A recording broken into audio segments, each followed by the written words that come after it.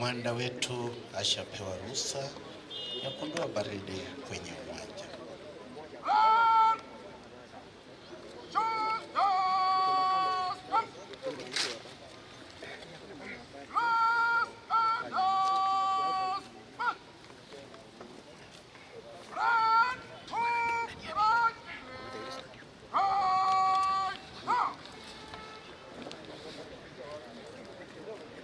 Wanapochukua nafasi yao, ndugu zangu wa media na wananchi, tafadhali naomba msogee hapo, kwa sababu wanapita hapo kupeana heshima yao. Tafadhali media, naomba hapo msogee nyuma kidogo.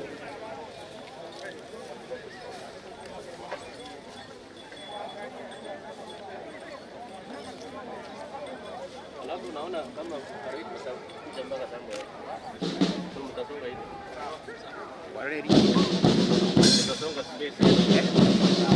Parade commander wetu ambaye pia ni Celebration-Kisii Central anaongoza sasa kutoa waride kwenye uwanja.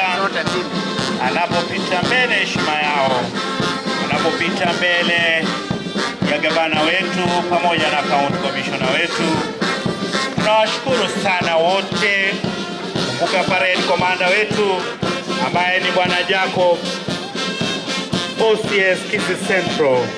Tunakuheshimu, asante sana kwa kazi nzuri unafanya.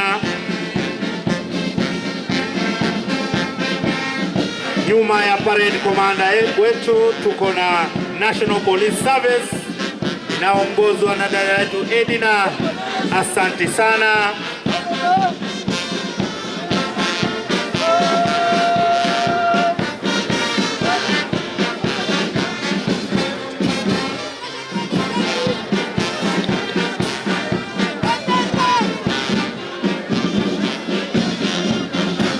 Nyuma yao ni administration police wetu Inspector Dominic Angoli.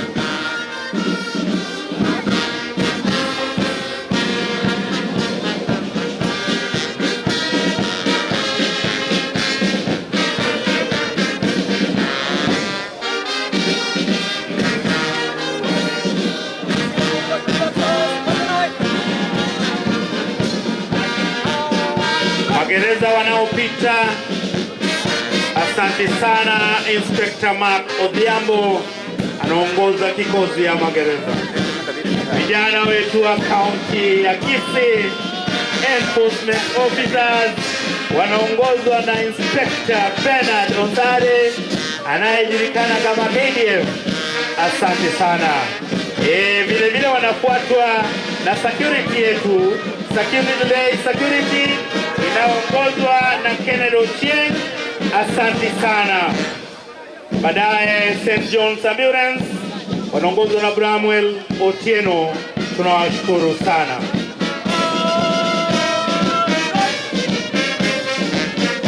Wale watatuongoza kwa maombi, tafadhali Mohamed ukae hapo mbele kabisa, uwe tayari.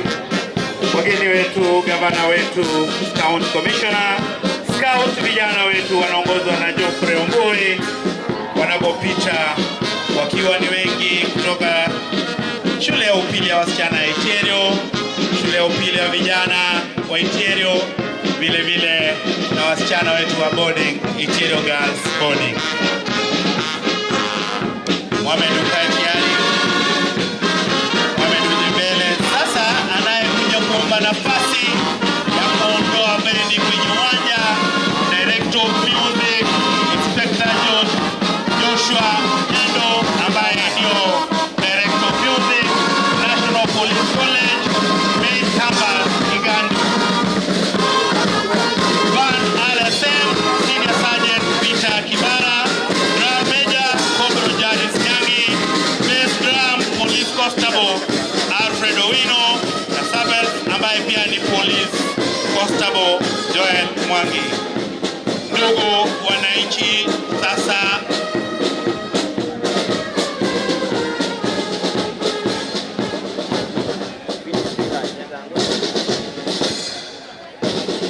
heshima kabisa, naomba tusidi kusimama kidogo, tupatie bendi yetu nafasi yao waondoke.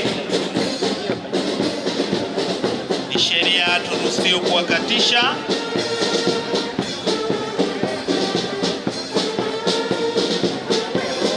Asanti sana. Wapi makofi kwa askari yetu na bendi yetu, tafadhali tuwapigie makofi. Asanti. Your Excellency the Governor, Deputy Governor, County Commissioner na wageni wote waalikwa. Naomba tubaki kusalia kwa muda mfupi kama tumesimama, tuweze kupata maombi mafupi, tukianza na ndugu yetu Mohamed kuwakilisha ndugu Waislamu. Mohamed, tafadhali.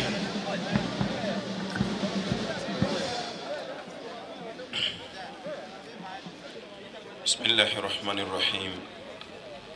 Alhamdulillahi Rabbil Alamin. Ar-Rahmanir Rahim, Maliki Yawmiddin. Iyyaka na'budu wa iyyaka nasta'in. Ihdinas siratal mustaqim. Siratal ladhina an'amta 'alayhim ghayril maghdubi 'alayhim waladdallin. Allahumma ihdina fiman hadayt wa 'afina fiman 'afayt وتولنا فيمن توليت. اللهم بارك لنا الخير فيما أعطيت وقنا واصرف عنا برحمتك شر ما قضيت. Ewe Mola wetu, tunakuomba asubuhi ya leo uandikie mema kwa nchi hii yetu, andika mema kwa kaunti hii. Tunakuomba utuunganishe tuwe kitu kimoja na tuweze kuwaunga mkono viongozi wetu. Tunakuomba uwe msaada mkubwa kwao katika kuliongoza taifa hili. Uimarishe kwa nguvu na umoja, uwe ni ngao kuu iliyosimama mbele yetu ya kila adui na msaliti wa nchi yetu. Ewe Mola, ijalie nchi yetu kuwa ni nchi bora na ni nchi ya watu walio wema. Tujazie baraka, tujazie amani, ushirikiano na undugu. Tunakuomba walinde viongozi wetu na sisi kwa jumla na kila shari inayotishia usalama wetu. Ewe Mola wangu, ewe mfalme, ewe uliye mtakatifu, tunakukabidhi kwako nchi yetu, watu wake, usalama wao mchana na usiku. Walinde vijana na wazee, wake na waume, rais na watawala na viongozi wengineo wote kwa jumla. Ninaomba haya kwa jina lako tukufu. Amin, amin, amin. Tupate maombi kutoka kwa ndugu Bishop kutoka Rutland yetu ya Itierio, Bwana Joseph. Kwa jina la Mungu Baba na Mwana na Roho Mtakatifu. Baba wetu uishie mbinguni, Baba muumbaji wetu na mkombozi wetu Yesu Kristo, tunakushukuru kwa ajili ya wema wako usio na kikomo. Mungu wetu, asante kwa ajili ya nchi yetu tukufu ya Kenya. Asante kwa ajili ya serikali zetu zote, serikali ya kitaifa na za gatuzi. Mungu umekuwa mwema wakati tuna furaha na wakati tuna mapungufu. Tumeona upendo wako mkuu. Asante kwa ajili ya siku ya leo. Asante kwa kuwa uliwezesha tuweze kukusanyika hapa siku ya leo kusherehekea siku ya Mashujaa. Ninakabidhi viongozi wetu mikononi mwako. Commissioner wetu, Deputy Commissioners, Governor wetu mpendwa, mawaziri na wote wanao iendesha serikali yetu tukufu ya Kisii County. Wape neema na rehema Bwana. Utukumbushe tusisahau yale ambayo umetutendea. Umetupa mvua ya kutosha, vyakula vimetosha, ili tupate nafasi Mungu ya kurudi kwako na kusema asante.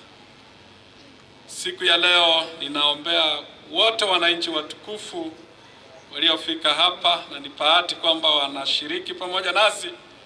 Ubariki kila mmoja wetu tutakapoanza na tutakapomaliza. Bwana, tukimaliza vema tutalihimidi na kureceive jina lako. Ni katika jina safi la Yesu Kristo tumeomba na kuamini, kwa jina la Mungu Baba na Mwana na Roho Mtakatifu. Atakayetufungia kwenye upande wa maombi ni Bishop Nyamange kutoka Pentecostal. Tuombe.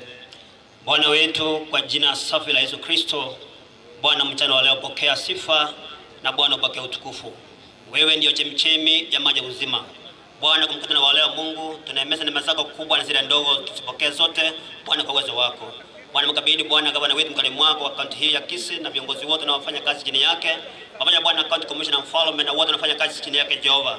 Bwana, tunasherehekea siku ya leo Mashujaa. Mungu, utufanya baba zote kwa mashujaa wa kweli. Mungu, tutembea katika haki zote zako na katika ukweli wako wote Mungu. Na Bwana, nyakati mfalme tunapoona Ernina na Bokuja, Mungu tuepushe na machanga yote yale. Mungu tupatie amani, tupatie ulinzi na Bwana ukae nazo nyakati zote. Mungu, mkutano wale mfalme Bwana mikononi mwetu ukabidhi. Mungu ubariki na utakaze, kwa Yesu tunaomba. Asante sana Your Excellency the Governor, Deputy Governor, County Commissioner na wageni wote. Mheshimiwa Speaker, tunaweza kuketi sasa. Asante. Kabla sijamkaribisha Michael MC aweze kutuletea burudani, abantu bami ntumure no mogoko nyure no mogoko korango koboko igato kwani governor na deputy na county commissioner bakwaniga biamono. Kuna wale wanafunzi wa Itierio wajasalamia wageni. Itierio boys, hebu tusalamia wageni wetu Itierio boys. Asante sana Your Excellency the Governor, Your Excellency the Deputy Governor, Bwana County Commissioner, muda huu mfupi kwa ruhusa yenu na wageni wote wamefika. Mheshimiwa Speaker na ndugu wajumbe wako wote wanaongozwa na mjumbe ambaye ni Mheshimiwa Moracha, Leader Majority. Kwa ruhusa sasa naomba nimkaribishe Bwana Omari Michael MC aweze kutuletea burudani ili tuweze kufurahia kidogo, ikiwa ni siku yetu ya Mashujaa mwaka huu. Gavana amesema tufanyie hapa. Asanti sana. Bwana Omari, kukaribishe. Asante sana ndugu Fred. Your Excellency the Governor Kisii County, Your Excellency the Deputy Governor, Your Excellency our County Commissioner, Bwana Speaker,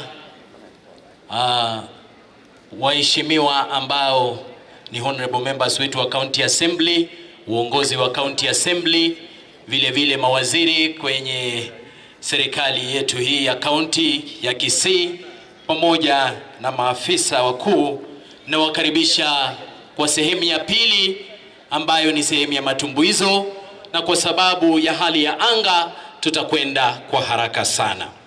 Niruhusu nilete kwaya ya kwanza Your Excellency ambayo itatoa nyimbo ya injili ya kumtukuza.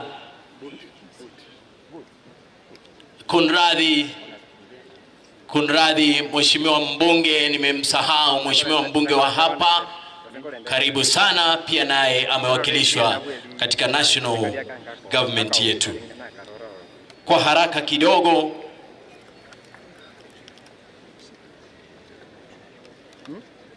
ni mheshimiwa hapa, mheshimiwa mbunge Onchoke. Nafikiri imeeleweka vizuri. Mheshimiwa Onchoke ni mbunge wa hapa. Wangapi wanamjua? Mheshimiwa Onchoke, Daktari Dr. Charles Onchoke. Tangazo hilo limekwenda vizuri nafikiri. Your Excellency, kwa sababu ya muda nitaalika kwaya ya kwanza ambayo itatuletea nyimbo ya kumtukuza Mwenyezi Mungu, kwaya ya Samonet. Kwaya ya Samonet kwa haraka, kisha watafuatwa na kwaya yetu ya hapa hospitali ambayo inawatuliza wagonjwa wanapogonjeka pale hospitalini kulingana na mkurugenzi wa KTRH. Kwaya ya KTRH itafuata kwaya ya Samonet. Kwa hivyo tutaenda tu kwa haraka. DJ, nafikiri umetayarisha santuri zako, ndipo saa tuweze kuendelea kwa namna hiyo. Wanapojipanga, tangazo moja tu ni kwamba wale wapiga picha wa simu, Infinix, Tecno, familia hii ingine ya Motorola, mutarelax wanahabari wafanye kazi yao tafadhali. Mambo ya kukimbia mpaka kwa uso ya mheshimiwa ukipiga picha na simu.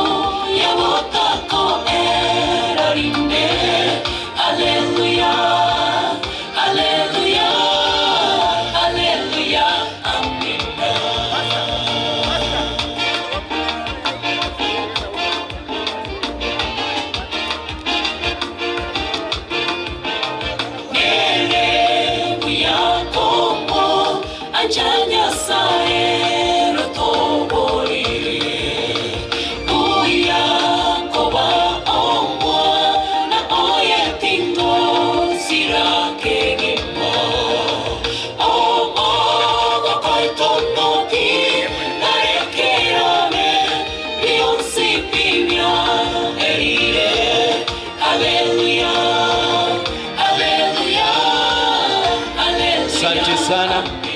Imba tu machi mkitoka mko sawa. Endelea tu DJ. Your Excellency Mheshimiwa Brenda pia ako pale. Sijui kama atapatikana mbinguni. Kulingana na waheshimiwa wa assembly wanasema ni maombi tu itasaidia. Tumachi tukitoka. Kwaya ya KTRH ndio inaingia sasa ya pili. Your Excellency, ladies and gentlemen, mabibi na mabwana, tunataka kusema kwamba hii ndio kwaya ambayo Your Excellency inatuliza wagonjwa pale hospitalini. Mgonjwa anapokuwa ameugua saratani, akiimbiwa anatulia. Pastor Kindo ako katika kila kwaya Your Excellency. Hata hii yako ndani.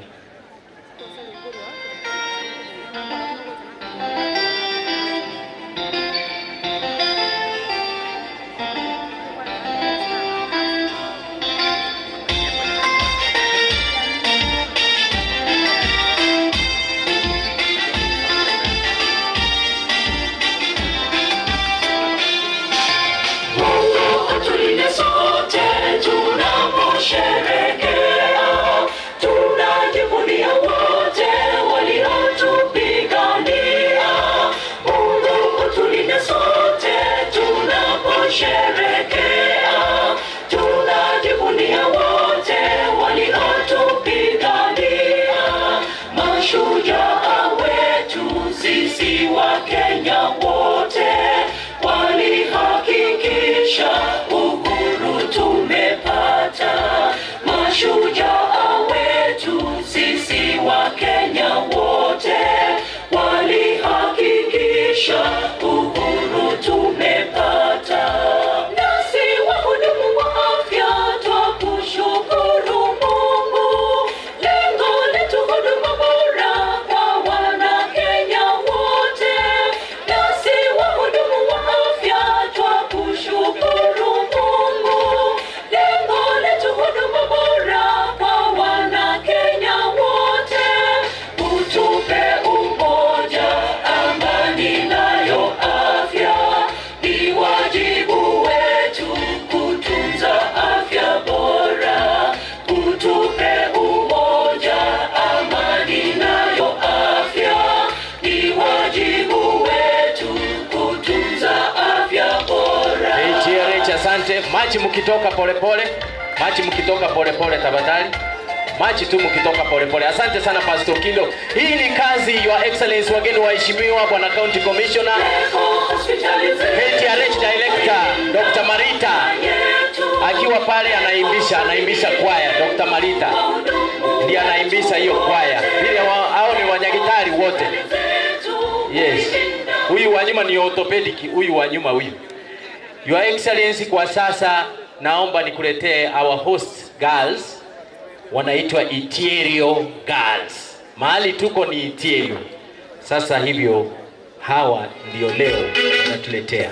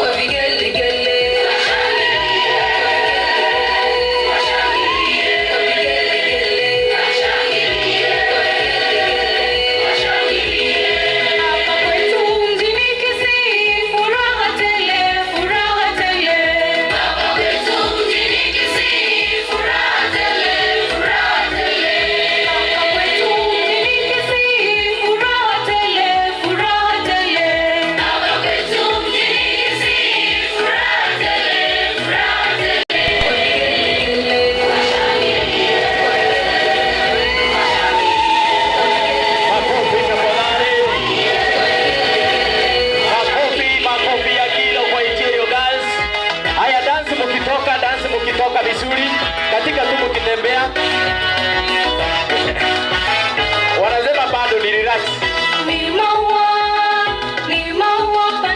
Haya basi, wanataka ni kama nazimame.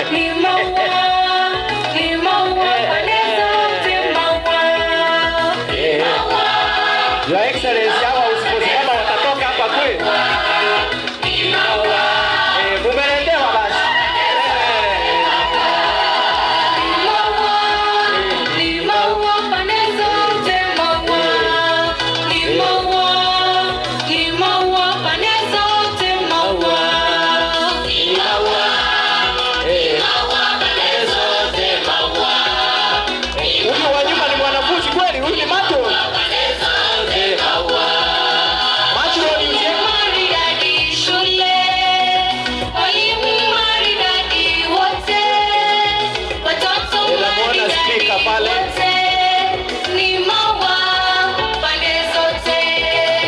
Asante makofi tafadhali. Haya, Itierio girls, asante sana. Thank you so much. Hata mwalimu wa SCR naona ameingia hapo na yeye anafundisha somo la Yesu, ameingia kwa hiyo tansi. Your Excellency, kwa sasa nawaleta wanafunzi wa Suneka. Kumbuka ya kwamba Suneka huko ndiko Our Excellency the Governor alisoma wakati ilikuwa boys. Wakati ilikuwa boys.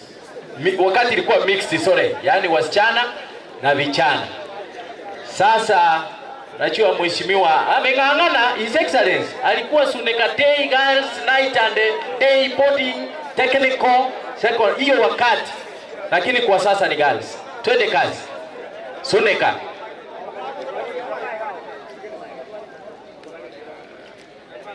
Suneka. Tuanze.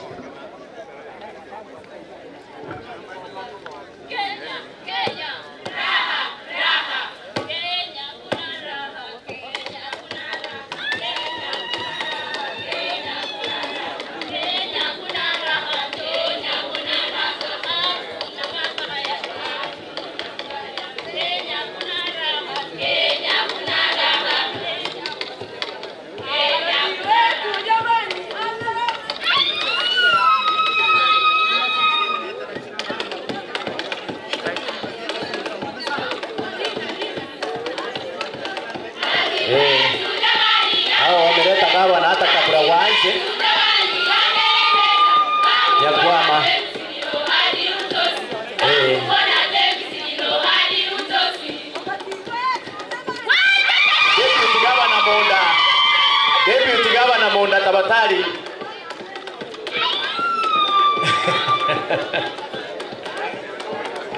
Mheshimiwa Mbati, His Excellency the Governor yuko pale.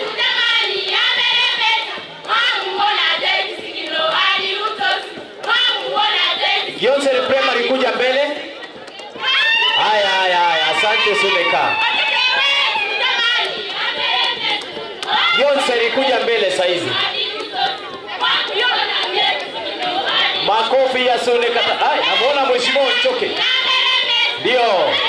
Daktari. Oh yes. Ndio hiyo. Very good.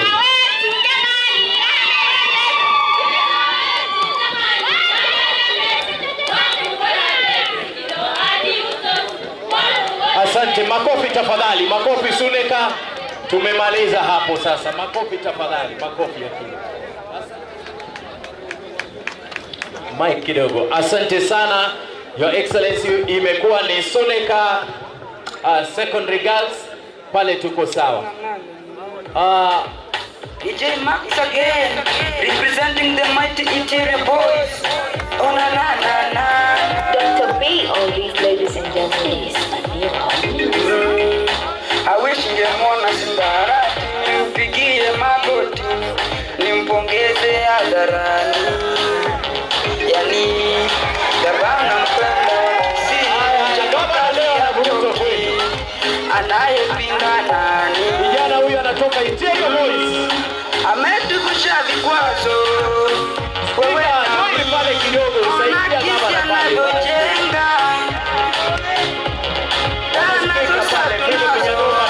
Daraja Kingamboni.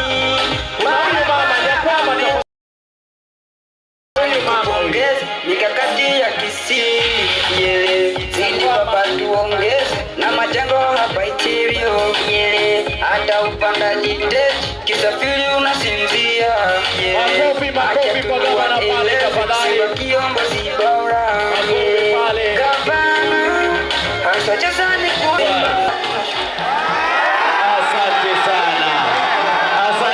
Asante sana. Tutakata hapo kwa sababu ya muda.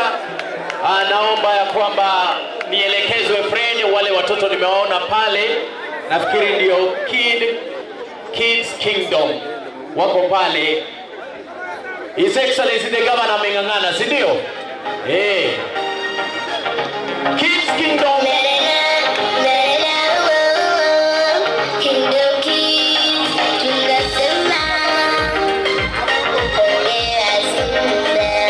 Dr. B, all these ladies and gentlemen.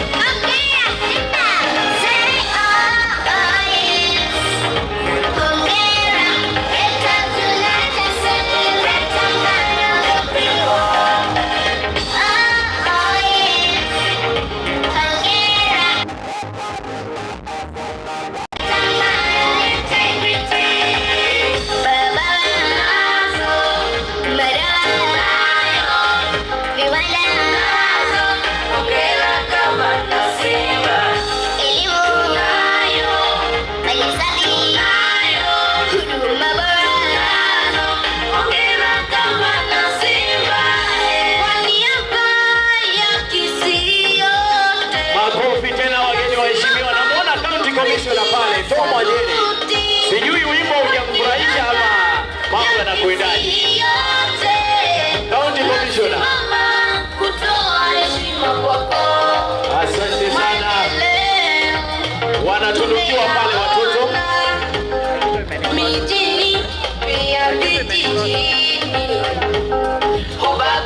Asante sana. Mheshimiwa Ismail pale Masundura. Haya amepeleka yake. Majibu ofisa pale, watoto wamepokea zawadi kweli. Waziri Eric, kama watoto ni wake lakini DJ shikilia pale. Asante sana. Your Excellency, our Governor and the Deputy Governor and the County Commissioner, tunaenda sasa kwa kwaya ya National Housing watupe kile ambacho wametuandalia siku ya leo. Baada ya hapo tutaingia kwa wanafunzi wale ambao nitakueleza jinsi ambavyo wameweza kunawiri katika sanaa yao. Karibu National Housing Choir.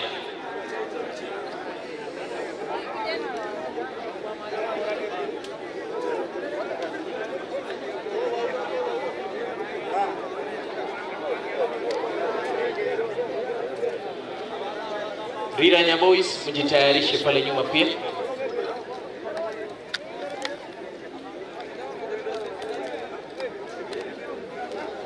National Housing, tuende haraka kidogo.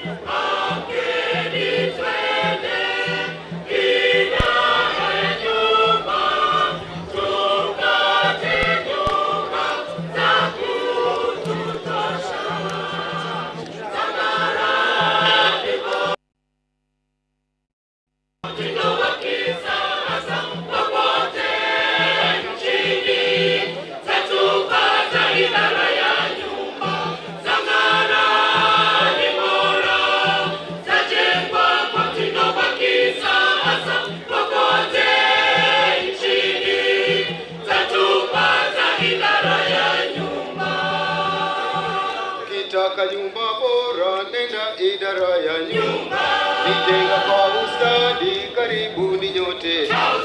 Nitaka nyumba bora nenda idara ya nyumba, nitenga kwa ustadi karibuni nyote.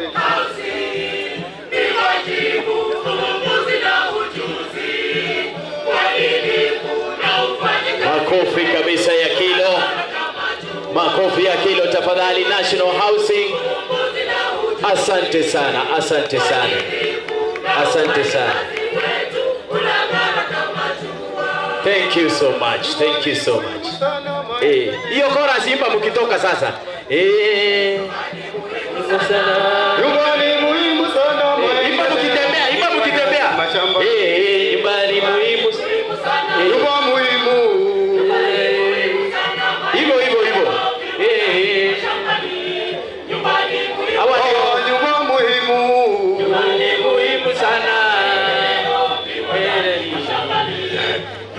Thank you, thank you. Nyumba ni muhimu sana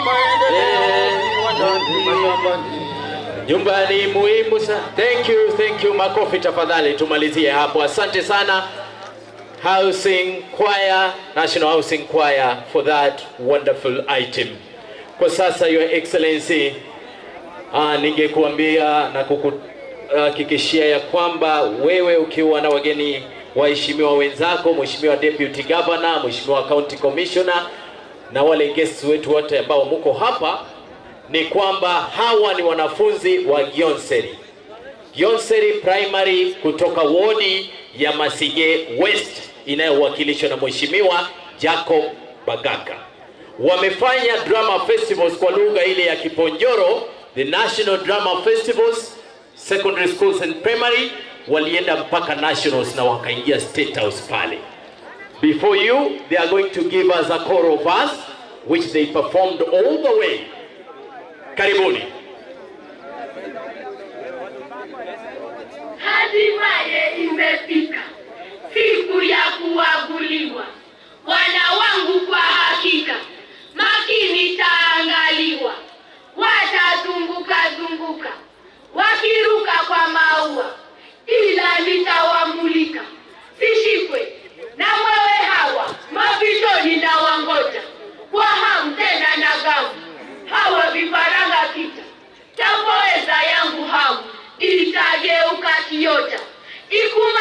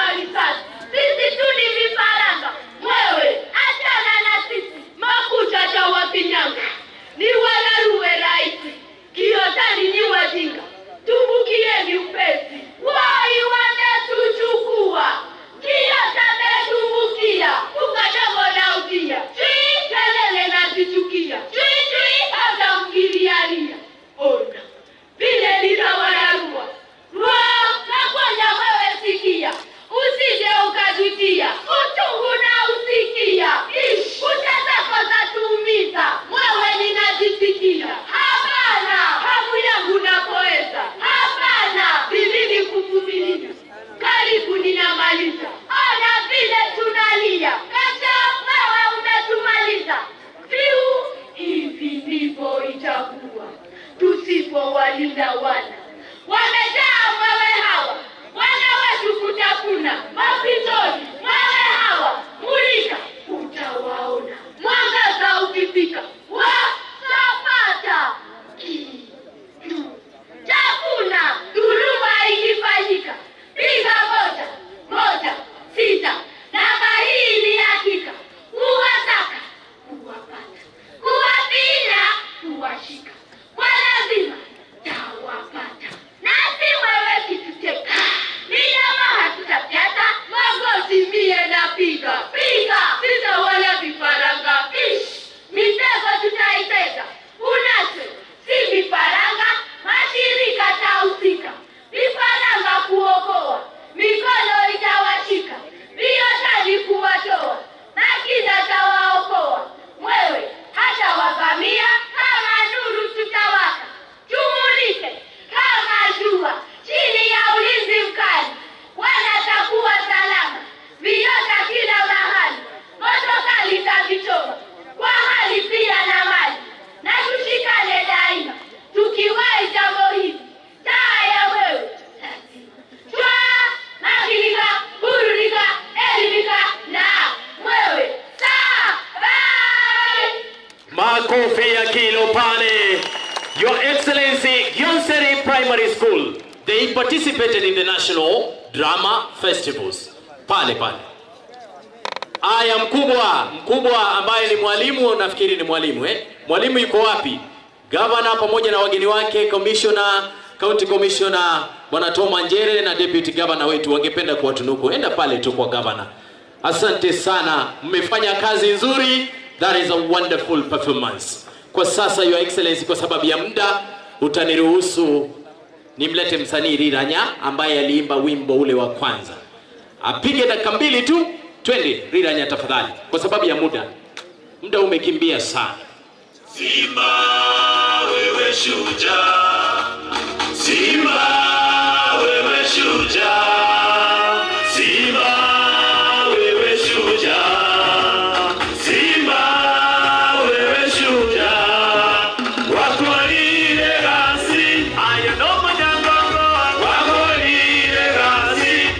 Wewe shujaa, umefanya kazi, umefanya kazi, umefanya kazi. Ewe Simba, wako ile rasi ayano majangongo, wako ile rasi. Wewe shujaa, umefanya kazi, umefanya kazi, umefanya kazi. Hey, ewe Simba, tangu zama mchapakazi, umelea chetu kizazi, Simba kweli mchapakazi. Fanya mambo, mtetezi wa wanyonge, msimamo wako imara, ningeweza kupe kikombe. Fanya mambo, mtetezi wa wanyonge, msimamo wako imara, ningeweza kupe kikombe. Fanya mambo, nipe mkono hapa, nipe mkono hapa.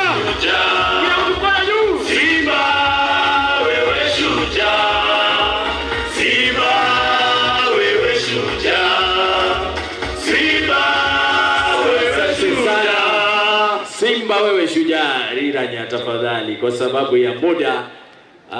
Mheshimiwa Your Excellency, Riranya ndiye alikuwa wa kwanza kabisa kutoa wimbo wa Simbarati katika kaunti ya Kisii, na ulipenya penye. Mbele yenu sasa, wageni waheshimiwa, ni kwaya ya Mashujaa. Kumbuka ya kwamba siku ya leo ni siku ya Mashujaa. Stanza moja peke yake kwa sababu ya muda. Mwaka 1941 kulikuwa na vita na vilio. Kulikuwa na vita na vilio.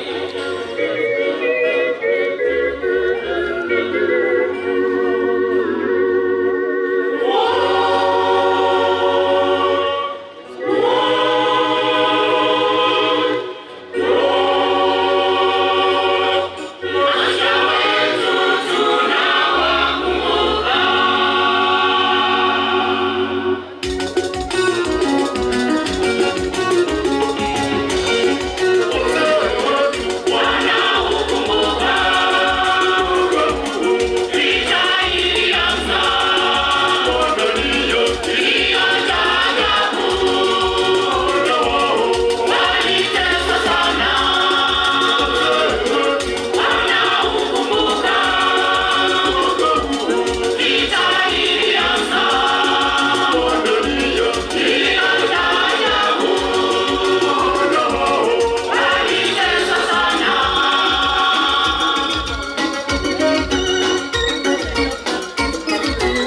Asante sana. Machi mkitoka tafadhali. Mashujaa, DJ yenda ukipunguza. Asante sana. Mashujaa, asante sana tafadhali. Kwa sababu ya hali ya anga nimeshukuru. Kwa sababu makofi tafadhali wapigie, hawa ndio wamefanya tukuje hapa leo. Mashujaa kwaya. Mbele yako Your Excellency kwa dakika 2 tu ni MC Kudu na yule dada ama binti anayejulikana kama Labidani. Twende kazi DJ tafadhali kwa sababu ya muda. Baada ya hapo tutampata yule msichana wa chini.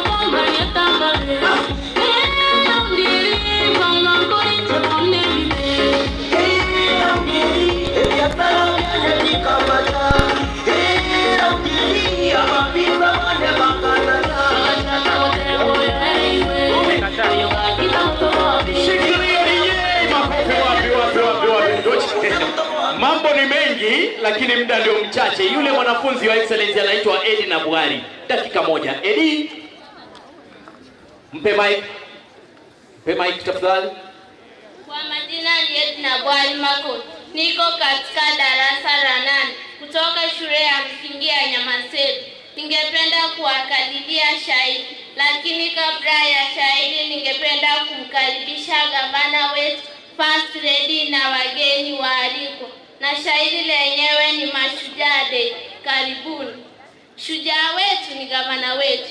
Ameboresha elimu, afya, mazingira, viwanda na kuwakumbuka walemavu na wasiojiweza. Kweli gavana wetu ni shujaa wa mashujaa. Leo hii tunasherehekea na gavana wetu mashinani na wageni ni mashuhuri, huku wakitabiri yanayotukumba hapa mashinani.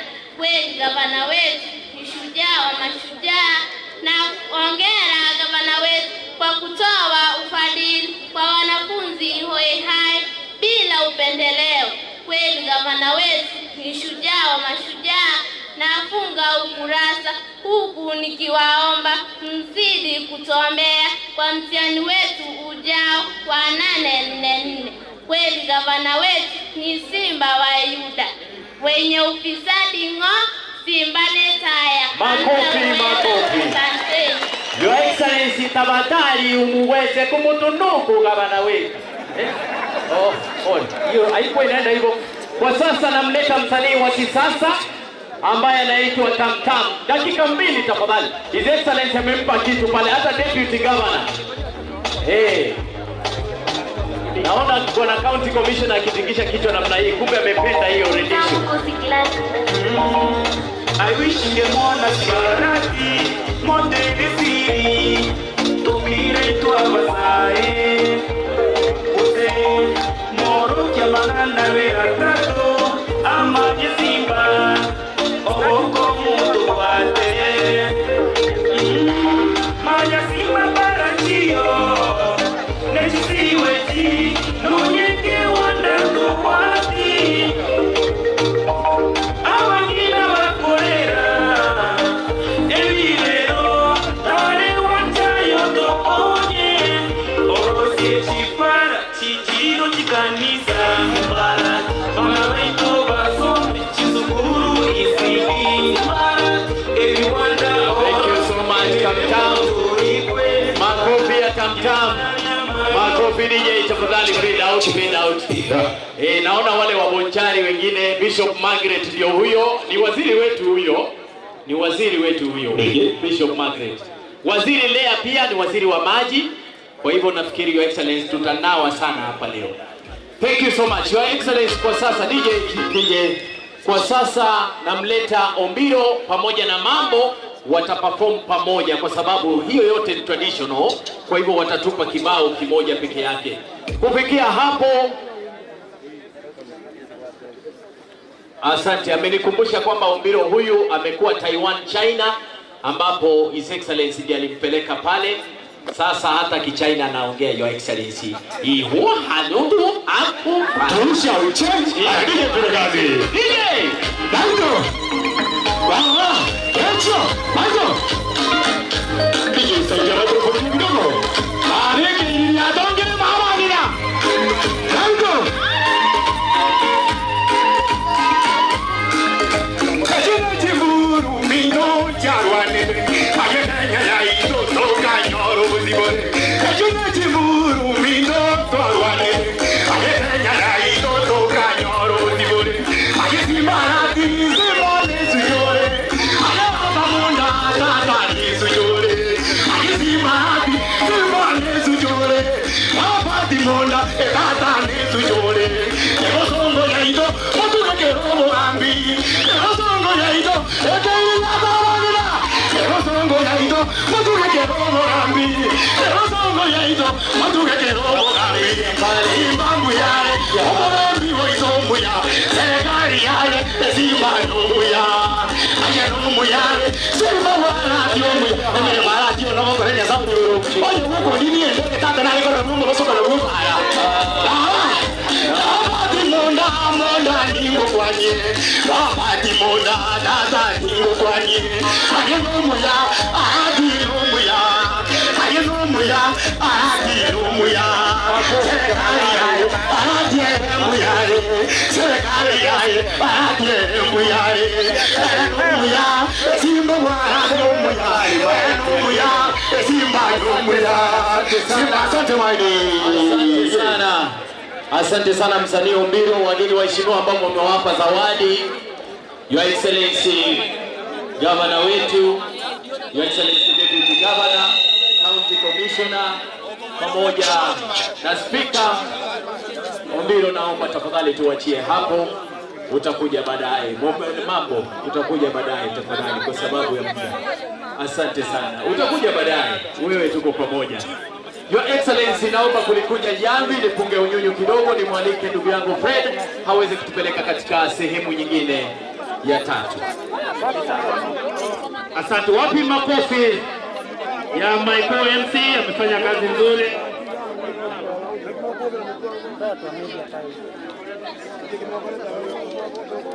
Okay. 1, 2. Ninajua kuna watoto wamebaki. Hao watoto tutawapatia. Kuna pia wengine wako hapa. Kwa sababu sasa speech imefika, wakati wao tutawapatia. Wapi makofi? Hebu nione watoto wa Itierio Boys. Wapi makofi ya Itierio Boys? Asante sana. Sasa kwa heshima, kwa sababu tunataka kuanza kipindi kingine, naomba hawa aidha tukae chini ama mutoke. Ni mbili, mukae chini ama tutoke tafadhali. Kukaa ni kukaa chini flat. Kuna wale wengine wako kule wanataka kuona. Kwa heshima waweze kuketi. Waketi kabisa. Au waketi ndio tuanze tafadhali, tunapoteza muda. Media sasa mnaweza sogea, mujiseti vizuri, haina shida sasa. Omari, nitengeneze mic napomkaribisha mnenaji mwingine awe na mic. Your Excellency the Governor Kisii County, ambaye pia ni msemaji wa Kisii, vile vile ni Vice Chair ODM. Your Excellency, nimesema hiyo kwa sababu ninaona members wako wengi sana wamekuja wapati.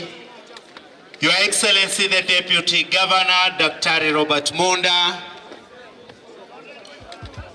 Bwana County Commissioner ambaye atatusomea speech ya Mheshimiwa Rais Daktari William Samoei Ruto, mjumbe wetu wa Bonchari Daktari Charles Onchoke, Speaker wetu wa Kisii County Assembly pamoja na viongozi wote wa Kisii County Assembly, Deputy County Commissioners wenye wako, mawaziri wote wa serikali ya County Assembly, Chief Officers, bila kumsahau Chief of Staff, pamoja na County Secretary ambaye ni Head of Public Service, wananchi waalikwa wote wadogo kwa wakubwa, naomba tusalamiane. Bwana Yesu asifiwe.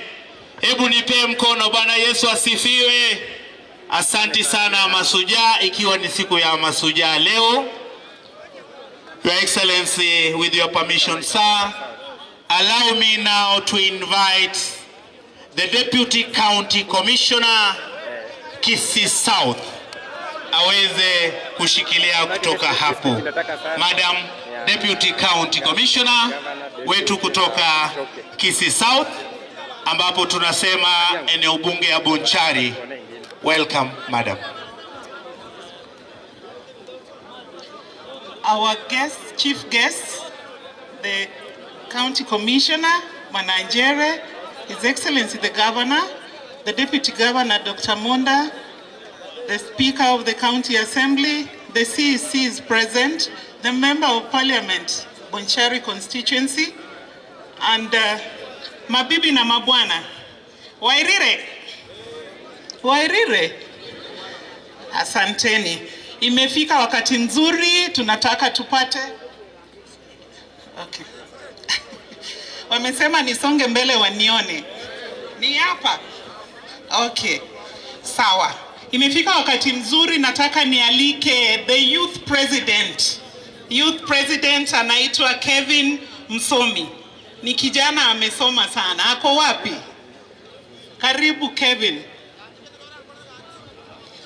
Huyu anaitwa Kevin Msomi. Hebu tuambie. Thank you, Madam. Your Excellency the Governor, Your Excellency the Deputy Governor, the County Commissioner, the Member of Parliament, Bonchari constituency, all protocols observed, ladies and gentlemen. God is good, and all the time. Well, it's another day we have gathered here to celebrate our gallant heroes and heroines, whose their sacrifice and spirit led the freedom that we enjoy today. Your Excellency, as the Youth President Kisii County, we are supporting you fully, and we are proud of what you are doing.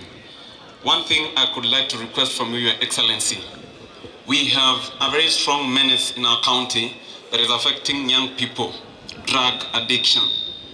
I want to request, together with the national government and the county government, if you can come up with the programs that will keep busy young people so that they cannot fall into the ditch of drug abuse. Now, Your Excellency being the first speaker, I come from this region, Bonchari, and as well ran as a Member of Parliament in the last by-election. And I want to welcome you officially in Bonchari and know it as the youth leadership. We are supporting you. Personally, I'm following your footsteps. Come 2027, probably I might be the Member of Parliament Bonchari as you become the next governor again, continues and continues. As you are going ahead even to the national politics, I want to see you ahead being the President of the Republic of Kenya. Thank you and God bless. Wow, huyo ni msomi, si ndio? Anataka kupeana kompea kwa mheshimiwa wa Bonchari 2027. Ni sawa, basi nitaita maendeleo ya wanawake chairperson Madam Samaya. Madam, karibu. Asante. Your Excellency, ambao ni magari yetu yanasema katika siku ya leo, Deputy Governor, Speaker wetu, wale wote wakubwa ambao nimekuta katika eneo hili ya Kisii. Nimewasalimu mchambo. Wananchi wapendwa mchambo. Vile mmesikia, mimi ni Mheshimiwa Patseva Sanaya. Ninashukuru Mungu kwa siku ya leo vile ametuleta hapa kushuhudia hii amani tuko naye. Sitaachilia hii kipaza sauti bila kusema nimeshukuru security ambao tuko naye. Asante sana security personnel kwa sababu tuko na amani. Kitu ya pili, our beloved governor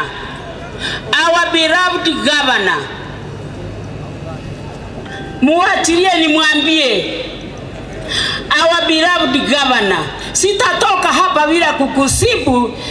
Asanti kwa First Lady ambaye ameonyesha mapenzi ya ajabu kwa watoto wetu wa elimu na wakina mama.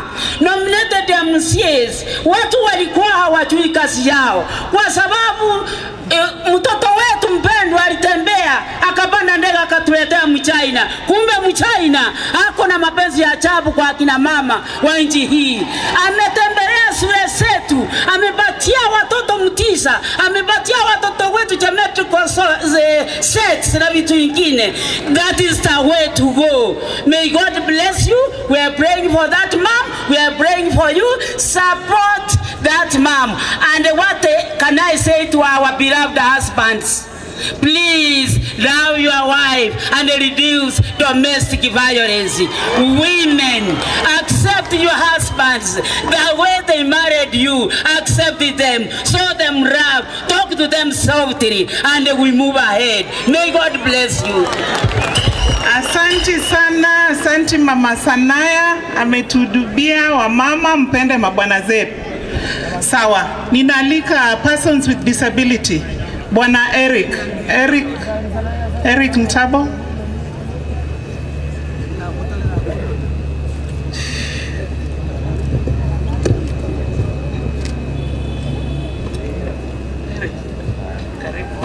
Asante sana Madam DCC. Mgeni Mheshimiwa Simba Arati, CCC wa Kisii County na itifaki zote kuzingatiwa. Mimi naitwa Eric Ambrose Ntabo. Mimi ni mwenyekiti wa walemavu katika hili gatuzi letu la Kisii.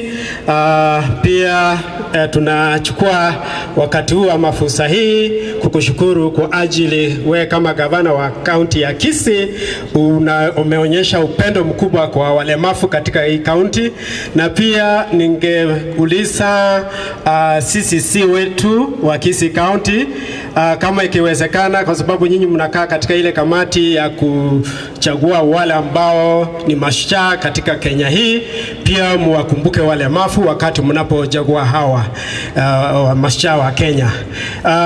Upande mwingine naingia kwa gavana wetu Bwana Simba. Leo rais wetu Ruto anazindua ule mradi wa UHC. Kwa hivyo nauliza kama huo mradi unapozinduliwa pia walemavu wahusishwe na wasaidiwe, kwa sababu baadhi ya walemavu katika gatuzi letu la Kenya hawajiwezi kana kwamba wanaweza wakahudumiwa katika hospitali mbalimbali. Kwa hivyo iwapo kuna zawadi unaweza ukapatia walemavu wakati huu wa Mashujaa Day, ni kuwaweka katika huo mradi wa UHC ndio wapate usaidizi, kwa sababu kuna wakati mmoja mwenzetu afa pale hospitalini KTRH, ikawa mzigo, lakini tulikuja kwako ulimsaidia, hiyo bili ikawa waived. Pia kuna disability bill tunatengeneza na kamati ile ya gatuzi letu kaunti ya Kisii. Tukiendelea kutengeneza hiyo bili, ikifika kwako naomba uiweke kidole ndio iweze kutumika na walemavu wa gatuzi letu la Kisii. Pia tunahitaji kuchua nambari yetu ni tuko wangapi, ndio wakati unajaribu kutusaidia kama wagavana wetu iwe inajulikana nambari gani, idadi gani, kwa sababu kila aina ya ulemavu iko na mahitaji yake. Kwa hivyo pia tungependa kama tungeanzisha huo mradi wa kujua idadi kamili ya walemavu, that is data ama takwimu. Nikienda haraka kuna mambo ya appointments. Hiyo imeleta shida sana.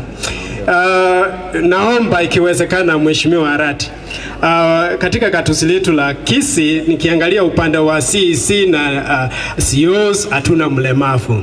Naomba kama ingewezekana mmoja wetu akiwa huko atatuwakilisha vizuri na mambo yetu yataenda sawa.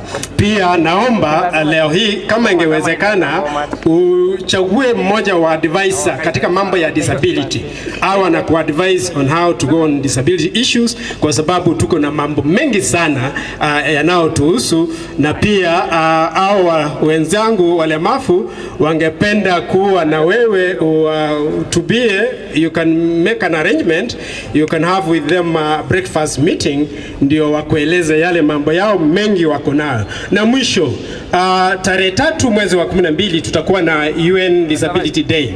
Pia naomba kama ingewezekana, kwa sababu serikali kuu naona haijaweka mpangilio, ikiwezekana serikali yako ya kaunti ijaribu kufanya mpangilio ili walemavu wote wakusanyike pale Kisii ama Gusii Stadium wapate nao kuhudhuria na wenzao katika duniani. Kwa hivyo nimeshukuru mheshimiwa, asanteni sana.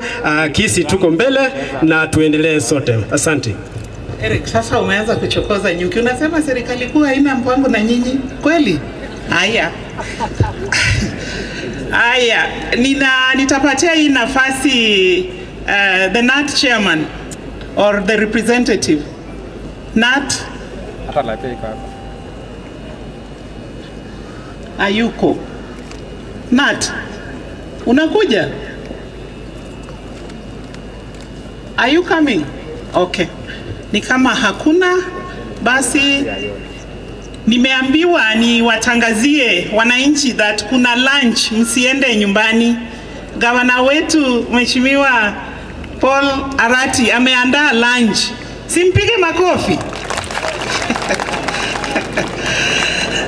So tutakapomaliza mkae tu, mtapewa lunch. Okay. Lake Victoria South Water Works Development Agency, karibu.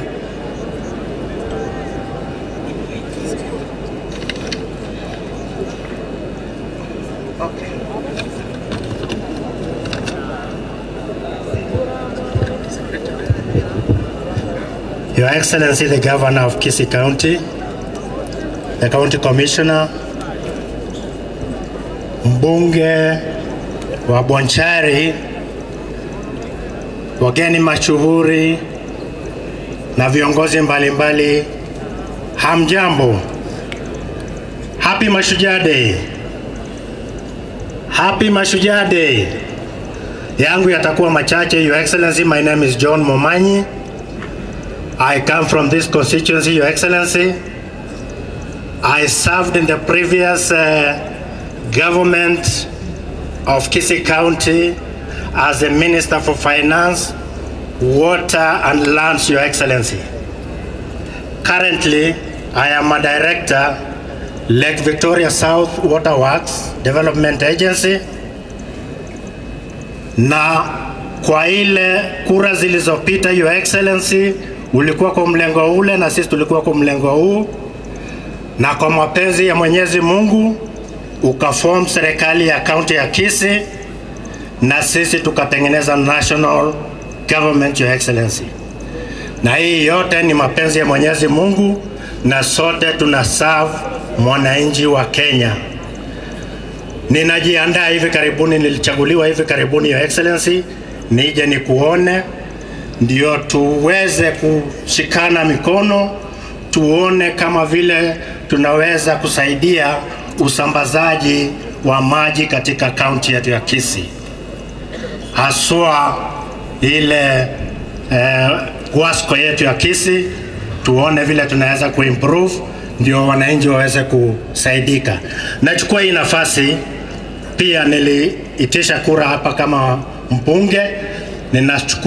Nachukua hii nafasi kukukaribisha hapa Kisii. Na mimi nasema hivi, tunafurahi sana, hii ni heshima kubwa kwa nyinyi kuandaa Mashujaa Day katika sub county yetu ya Kisii South, na tunajisikia tukiwa na heshima. Tunashukuru sana. Na pengine kitu moja ambayo ningesema, Your Excellency, najua wale wamechaguliwa watakuambia maneno ya development. Naomba kitu kimoja tu, kama msaliwa wa hii constituency, wa hii sub county, ninaomba ya kwamba wakati maneno ya Bonchari inapokuwa discussed, tunaomba tuhusishwe. Ile kitu ya kwanza tu naongea kitu kimoja tu.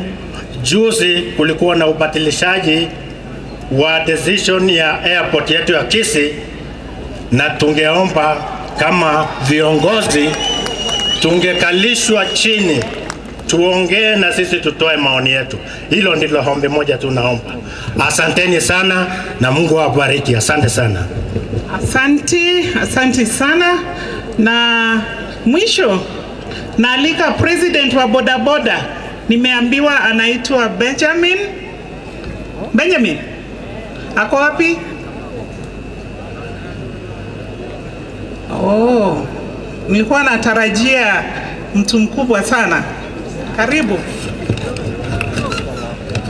Lakini bado wewe ni mkubwa, si wewe ni president wa bodaboda? Asante, ni mimi.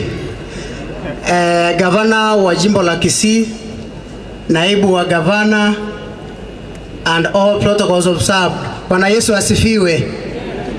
Kwa majina naitwa Benjamin Omoke. Ni mwakilishi wa bodaboda katika mji wa Bonchari. Sitakuwa na mengi ya kunena. Kwanza kabisa ningependa kumshukuru gavana na wale wote waliofanikisha mpango huu wa kuleta sherehe hii katika eneo bunge la Bonchari. So kongole kwa wenye walifanikisha mpango huu. Jambo la pili, ningependa kumuomba gavana wetu mpendwa. Mji wetu wa Soneka barabara ni mbaya. The back streets, sisi kama waendeshaji wa bodaboda tukishakata ushuru wetu tunaomba tutengenezewe barabara, ndo tunaoperatia barabara nzuri. Ama ni aje bodaboda? Mpo? Asanti. Jambo la pili, kuna soko yetu ya Soneka gavana, tumekuwa tukilia. Nayo tunaomba utusukumie, kwa sababu hii soko ikiisha ita create job opportunities zingine kwa vijana wetu. Watapata kiosks pale, mabibi zetu watakuja pale wauze mboga, na hiyo inaitwa ni kazi. Hakuna kazi nyingine. Tunaomba soko yetu isukumwe iishe. Jambo la tatu, kuna uwanja pale tunaita rural. Ile uwanja hatujui kama ilikuwa grabbed ama bado ni ya serikali. Kuna watu wamejenga pale. Gavana, tunaomba ushughulikie ile uwanja itengenezwe ikawa stadium. Kwa sahi kama timu yetu ya Shabana ingekuwa imeenda Homa Bay, wangekuwa wanachezea hapa tu. Hata sisi itakuza vipaji vingine kama maneno ya mpira na vitu zingine. La mwisho, tungependa appreciate gavana kwa kututambua kama waendeshaji wa bodaboda na kutubeba, na hiyo tunasema tutatembea na wewe, na hiyo maneno ya vitina bado ni mapema. Ndo gavana anajipanga, si ndio? Ndio ameanza kujipanga. So baada ya hiyo miaka 2, 3, 4 ndo tutaanza maswali. Kwa sasa ni mapema sana. Asanteni. Asante sana Bwana Benjamin Omoke.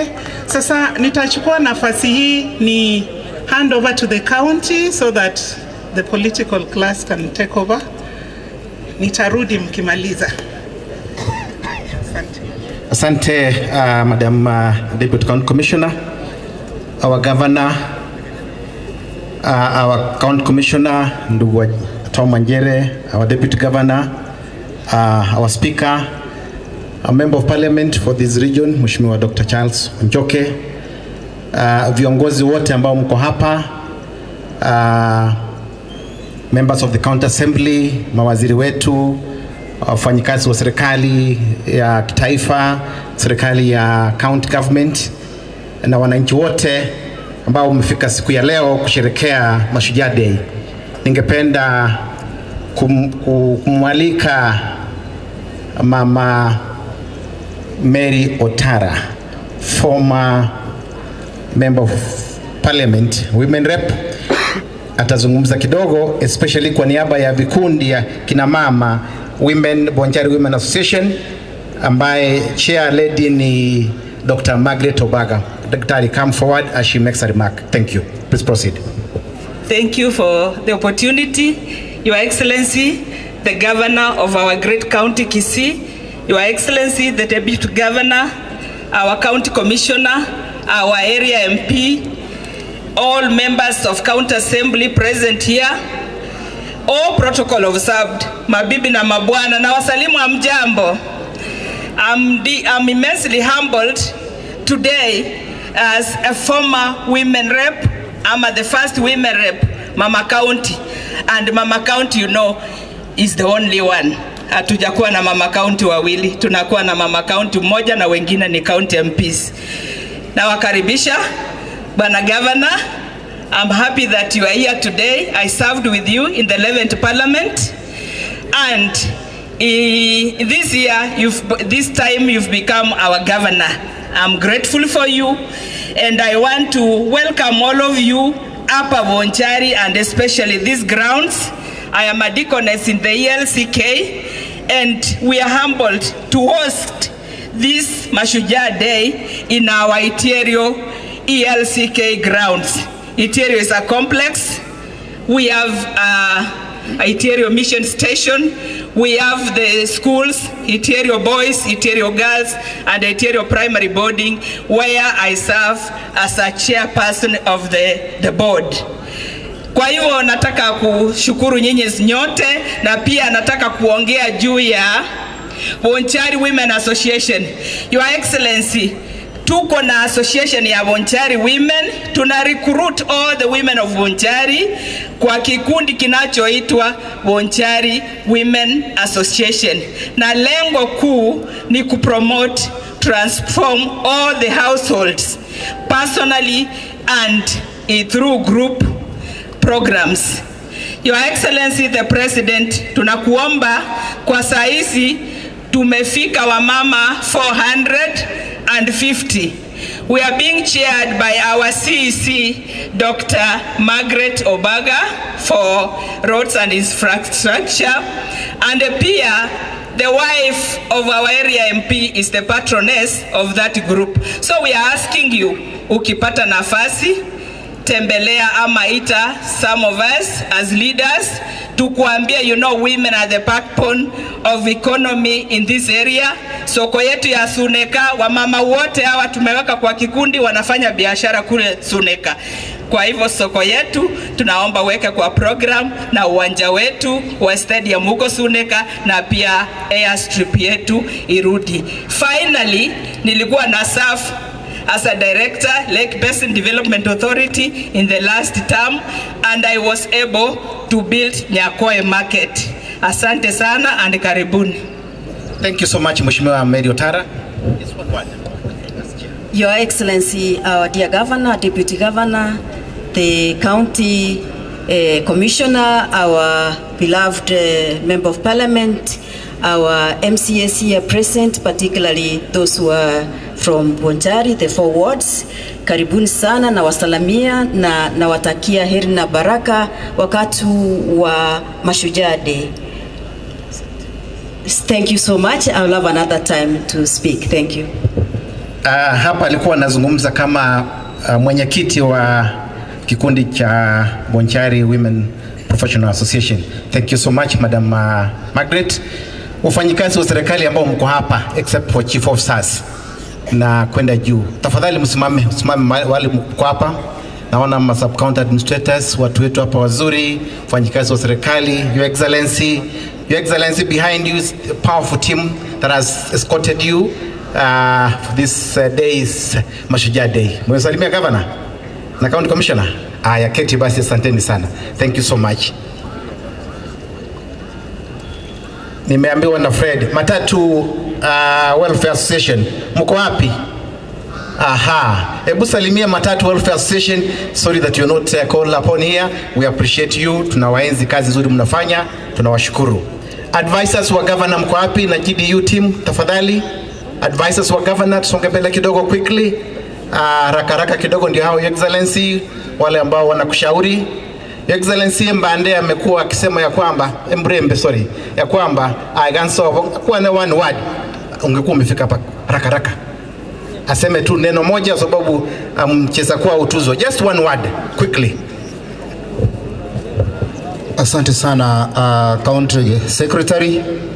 Your Excellency, our Governor Kisii County, Your Excellency the Deputy Governor, County Commission, and all protocol observed. Mimi kwa majina naitwa Mosoti Dennis. Mimi ni advisor wa governor katika jimbo letu la Kisii kwa masuala ya vijana katika jimbo letu la Kisii. Hapa ni nyumbani, Your Excellency, tunakukaribisha uketi kitako. Tunakuomba Your Excellency kwa mambo machache. Leo ni siku yetu kuu, siku ya mashujaa. Kwanza hapa Bonjari, Your Excellency, tuko na bahati kubwa, yani bahati aliyotuzwa mchumba kutuzwa mchama. Tuko na shujaa wetu wa mazingira Aloisi Okero, ni babangu, ndio yule pale. Yule shujaa wa mazingira alipewa tuzo na Rais Uhuru Kenyatta kwa hali ya kutunza mazingira katika nchi yetu ya Kenya. Anafuata Wangare Maathai. Najua hapo katika vitabu za kumbukumbu. Nikimalizia, Your Excellency, hapa jimbo letu la Suneka, Waswahili husema mgeni njoo mwenyeji apone. Najua Your Excellency ulisoma hapa Suneka, na leo tunafanya sherehe kubwa hapa mashujaa.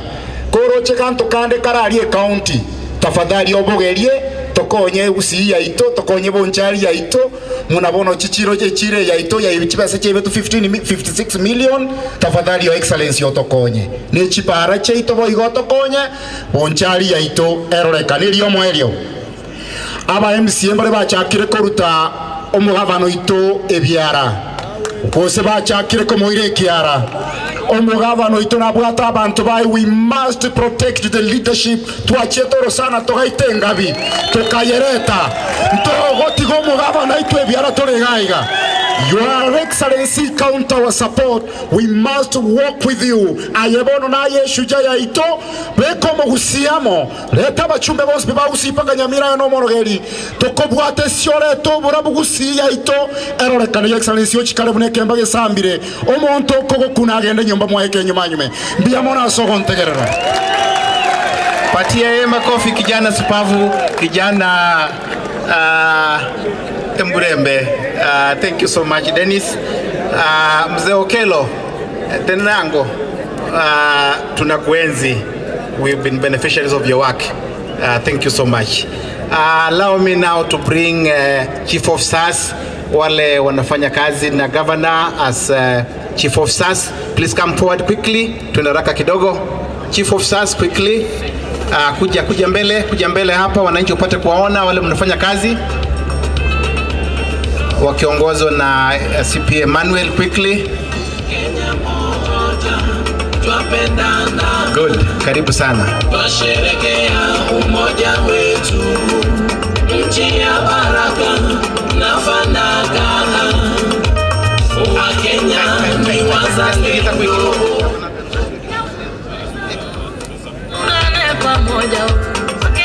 Bas, salute, salimia hawa chief of staff wetu, wasalimia tafadhali. Mkono, mbona hakuna mkono, hakuna salamu? Haya. Si leo ni siku ya furaha. Hawa ni wa chief of staff wetu ambao wanafanya kazi na governor kwa serikali yake as accounting officers, as authorized officers. This is a critical team. We appreciate you chiefs, especially for the teamwork that you have and the support you are giving to the county government. Asanteni sana. Mketi tafadhali. Thank you so much. Yes, Your Excellency, nimekumbushwa tu na ilikuwa nisema ya kwamba one of our chief officers, Monyancha, who comes from here, jana alipata ajali, ako katika hospitali, tulimuona jana usiku, na alikuwa chairman wa hii kamati, lakini anaendelea kuugua vizuri, atapata matibabu. Na other chief officers are out on with permission. Finally, we have CC members. Mawaziri wa serikali yetu ya county government, kujeni mbele. Wananchi upate kujua sababu ya kazi ile mnafanya, kusaidiana na governor na deputy wake. Asante. Karibu.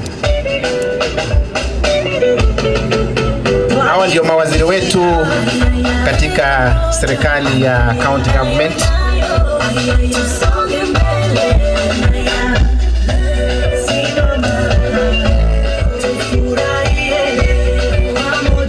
DJ kidogo. Hawa CC members, Your Excellency, and the rest of the team present, wangependa kusalimia kwa mkono bila kuzungumza. Tafadhali wasalimie our CC members of the cabinet. Asanteni sana kwa kazi nzuri, mnaweza keti. Asante sana. Thank you. Chief of Staff wanamwacha nyuma kidogo. Ako wapi Chief of Staff? Ako wapi? Wanamwacha nyuma kwa nini? Dr. Tucho.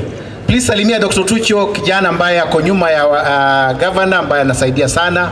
Dr. Tucho, feel appreciated. Kuna contractors wako hapa wakiongozwa na Nyandoro. Mko wapi contractors? Mko wapi? Your Excellency, hawa ni wale ambao wanaunga mkono na wanafanya kazi nzuri, pending bills zao ni zile ziko clean. Ama namna gani?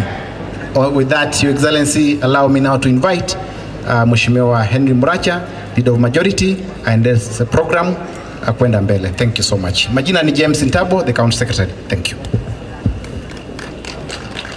Thank you, Your Excellency, the Governor, the County Commissioner, all protocol observed. Na wasalimu hamjambo. Hamjambo tena. Nitakuwa mfupi sana sababu muda umeyoyoma. Naomba MCAs, lakini kabla mjakuja nimwalike the area MCA ili atukaribishe Bonchari, Mheshimiwa Ishmael Matundura.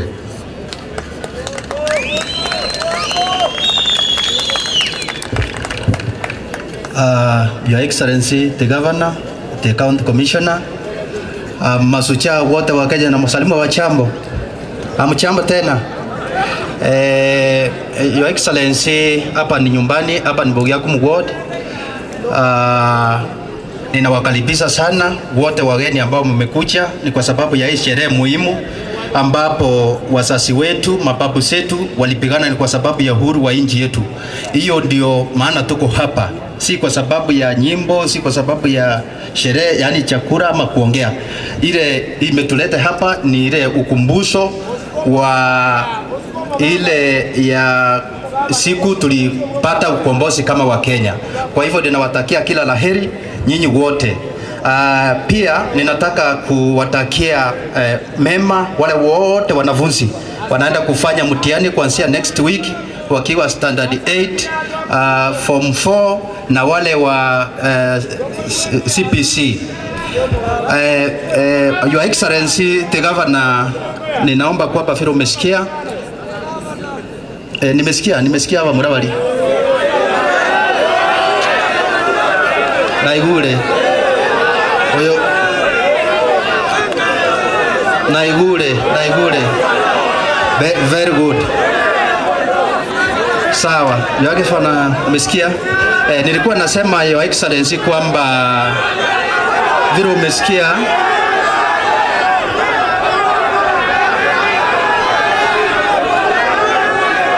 kuna hii soko yetu ya Suneka, vile wamesema ukapate kuongelelea.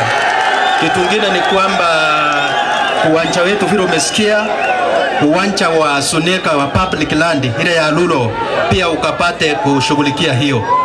Alafu kitu kingine, kwa sababu maneno ya maji na sewerage iko pande ya county government, pia hiyo ukapate kushughulikia. Ya mwisho, Your Excellency, mwisho kabisa, hii uwanja tuko nayo hapa. Hii uwanja tuko nayo hapa. Hii si mara yako ya kwanza kufanya sherehe hapa. Ninaomba unapofanya zile uwanja zingine ukumbuke hii uwanja. Hii uwanja pia ifanywe mkishirikiana na mheshimiwa wetu mchumbe, hii uwanja ikapate kushughulikiwa. Asanteni sana, ninawatakia mema. Asante. Bonchari oye! Bonchari oye! Haya, naomba niwakaribishe waheshimiwa wote wale wamekuja ma MCA, tafadhali muje mbele kwa dakika moja ili muonekane. Ombati atazungumza na Teresa kidogo tu na Victor. Sababu ya muda, tafadhali wapatie tu mic, jina tu.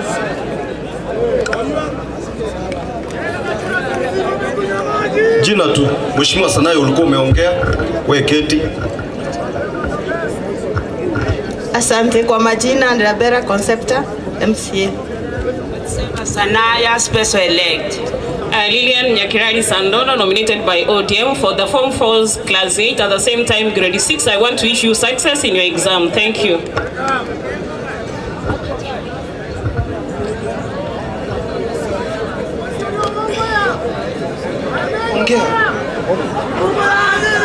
Watu wetu tulia, tulia, vijana wetu tulia. Umetulia. Tulia. Tuko na gavana wetu. Lakini ni vizuri kama mtu anachokosa gavana wetu, kweli atumpatie nafasi. Gavana wetu aheshimiwe. Gavana aheshimiwe kabisa. Ndiye afanye maendeleo. Tumsupport. We want to support our governor. Ndio tupate maendeleo. kwanza tuongee. Kwa majina naitwa Evaline Mogire, nominated MCA Bonchari constituency from the party ODM party. Party kubwa, party yenye ilitupatia gavana wetu. Hii ni kingi yetu, iheshimike. Asante sana. Mimi kwa majina naitwa Mheshimiwa John Sambo kutoka Basi Chache Ward. Asante. Mimi ni Mheshimiwa Jim Kenyanya kutoka eneo gatuzi la Tabaka, South Mugirango. Asanteni. Mheshimiwa Your Excellency Governor Simbarati, Mheshimiwa Deputy Governor, our County Commissioner, mjumbe wetu wa Bonchari pamoja na all protocols observed. Na wasalimu amjambo. Mimi naitwa Mheshimiwa Mbasa Victor Omwando, Mheshimiwa kutoka Riana.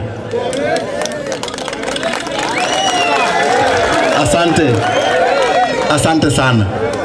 Kwanza kabisa nataka kushukuru governor kwa kuleta sherehe hii ya kusherehekea Mashujaa Day kwetu hapa Bonchari. Kwako wewe mheshimiwa, na kushukuru sana pamoja na county commissioner. Pili, wengine wetu wamesema kuhusu kile kiwanja cha ndege. Nilipokuwa mtoto mdogo nilikuwa napanda mti ndio niangalia ndege ikitua katika kile kiwanja.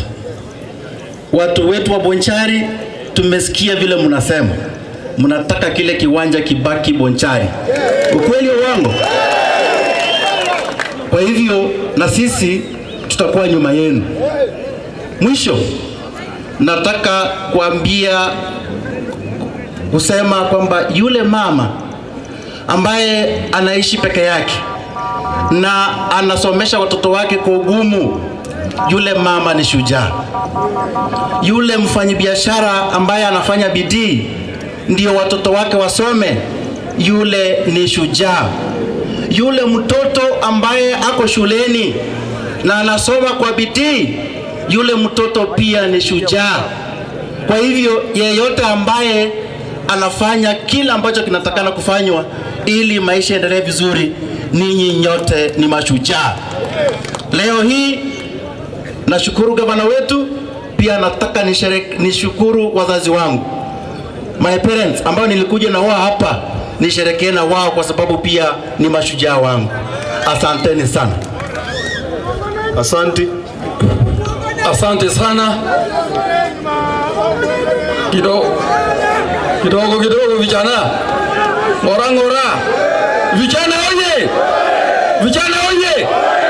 Sasa asante sana. Your Excellency, our governor, the deputy governor, wageni wote waalikwa kuanzia county commissioner,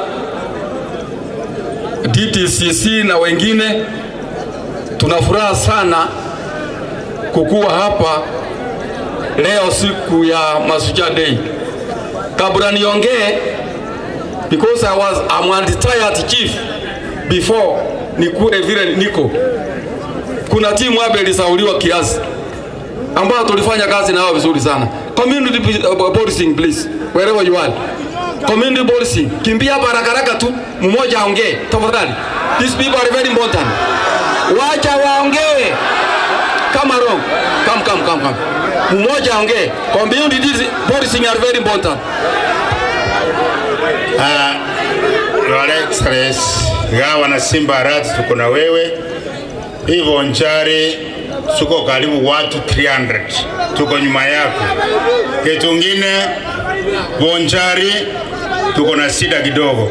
Tunataka MP wetu Jackson Njoke wasirikiane na wengine. Maskari wetu wa Bonchari hatuna magari. Tuko station 4 lakini hawana gari. Ndio ulisaidia kama ulisaidia hapa wakati watu walichomeka, kwa sababu hatuna gari. Ulisaidia, tunakupea ukongole. Na vitu vingine tutaongea. Unajua wale watu wanaongea wataka community board wanaona sisi tunawao watu. Sisi hatuwawi. Asante. Okay. Asante sana. Your Excellency, nataka kuongea jambo moja ama mbili.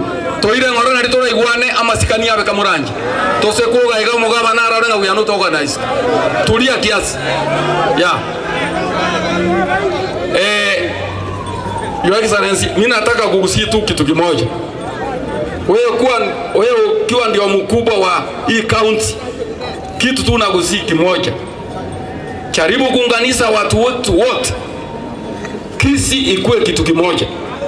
Hata tunapoenda kuomba chochote kwa president, tukiwa pamoja kama Mugusii inafana inakuwa vizuri sana. Hiyo nakuomba kwa maana wewe kuna uwezo upange utukutanishe sote Kisii County mzima ili tuanze kuongea na sauti moja. Kitu cha pili ambao kimeongelewa hapa ni Suneka market. Hii Suneka imekaa muda mrefu na market zingine zimeisha elsewhere. Tafadhali weka mkono ndani hiyo ishe. County Commissioner, ninakuomba jambo moja peke yake.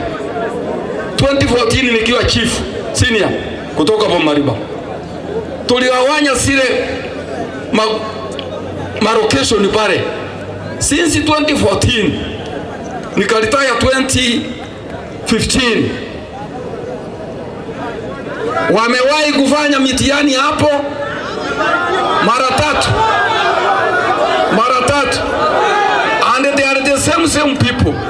Sasa ni kumaanisha hakuna ambaye ameonekana hata kama sio mzuri yule akafadhali ndiye apati hiyo kazi afanye, kwa maana the road is so big. Ingekuwa ni location tatu, sasa ni moja mbili, ingine pato haijapata mchifu, ingine pato haijaingia kwa system. Tafadhali kiwezekana usaidie. Igonga Police Station, mjumbe wetu, this kind of chaotic is abnormal. Anyway, mimi nataka kuongea na mjumbe. Askari wetu wamasumbuka kule, hawana nyumba za kuishi, hata ofisi ni nyumba ya mabati juu na chini. Tafadhali kiwezekana wasaidiwe. Sina mengi ya kuongea. Watu wanapopiga kelele na mna hii, ujue kuna kitu kimefanyika bahari. We are very sorry for that. Thank you. Mheshimiwa Mbati kwa dakika moja tafadhali. Mheshimiwa Mbati, this kind of incitement is very wrong. Yeah. Mheshimiwa Mbati kwa dakika moja.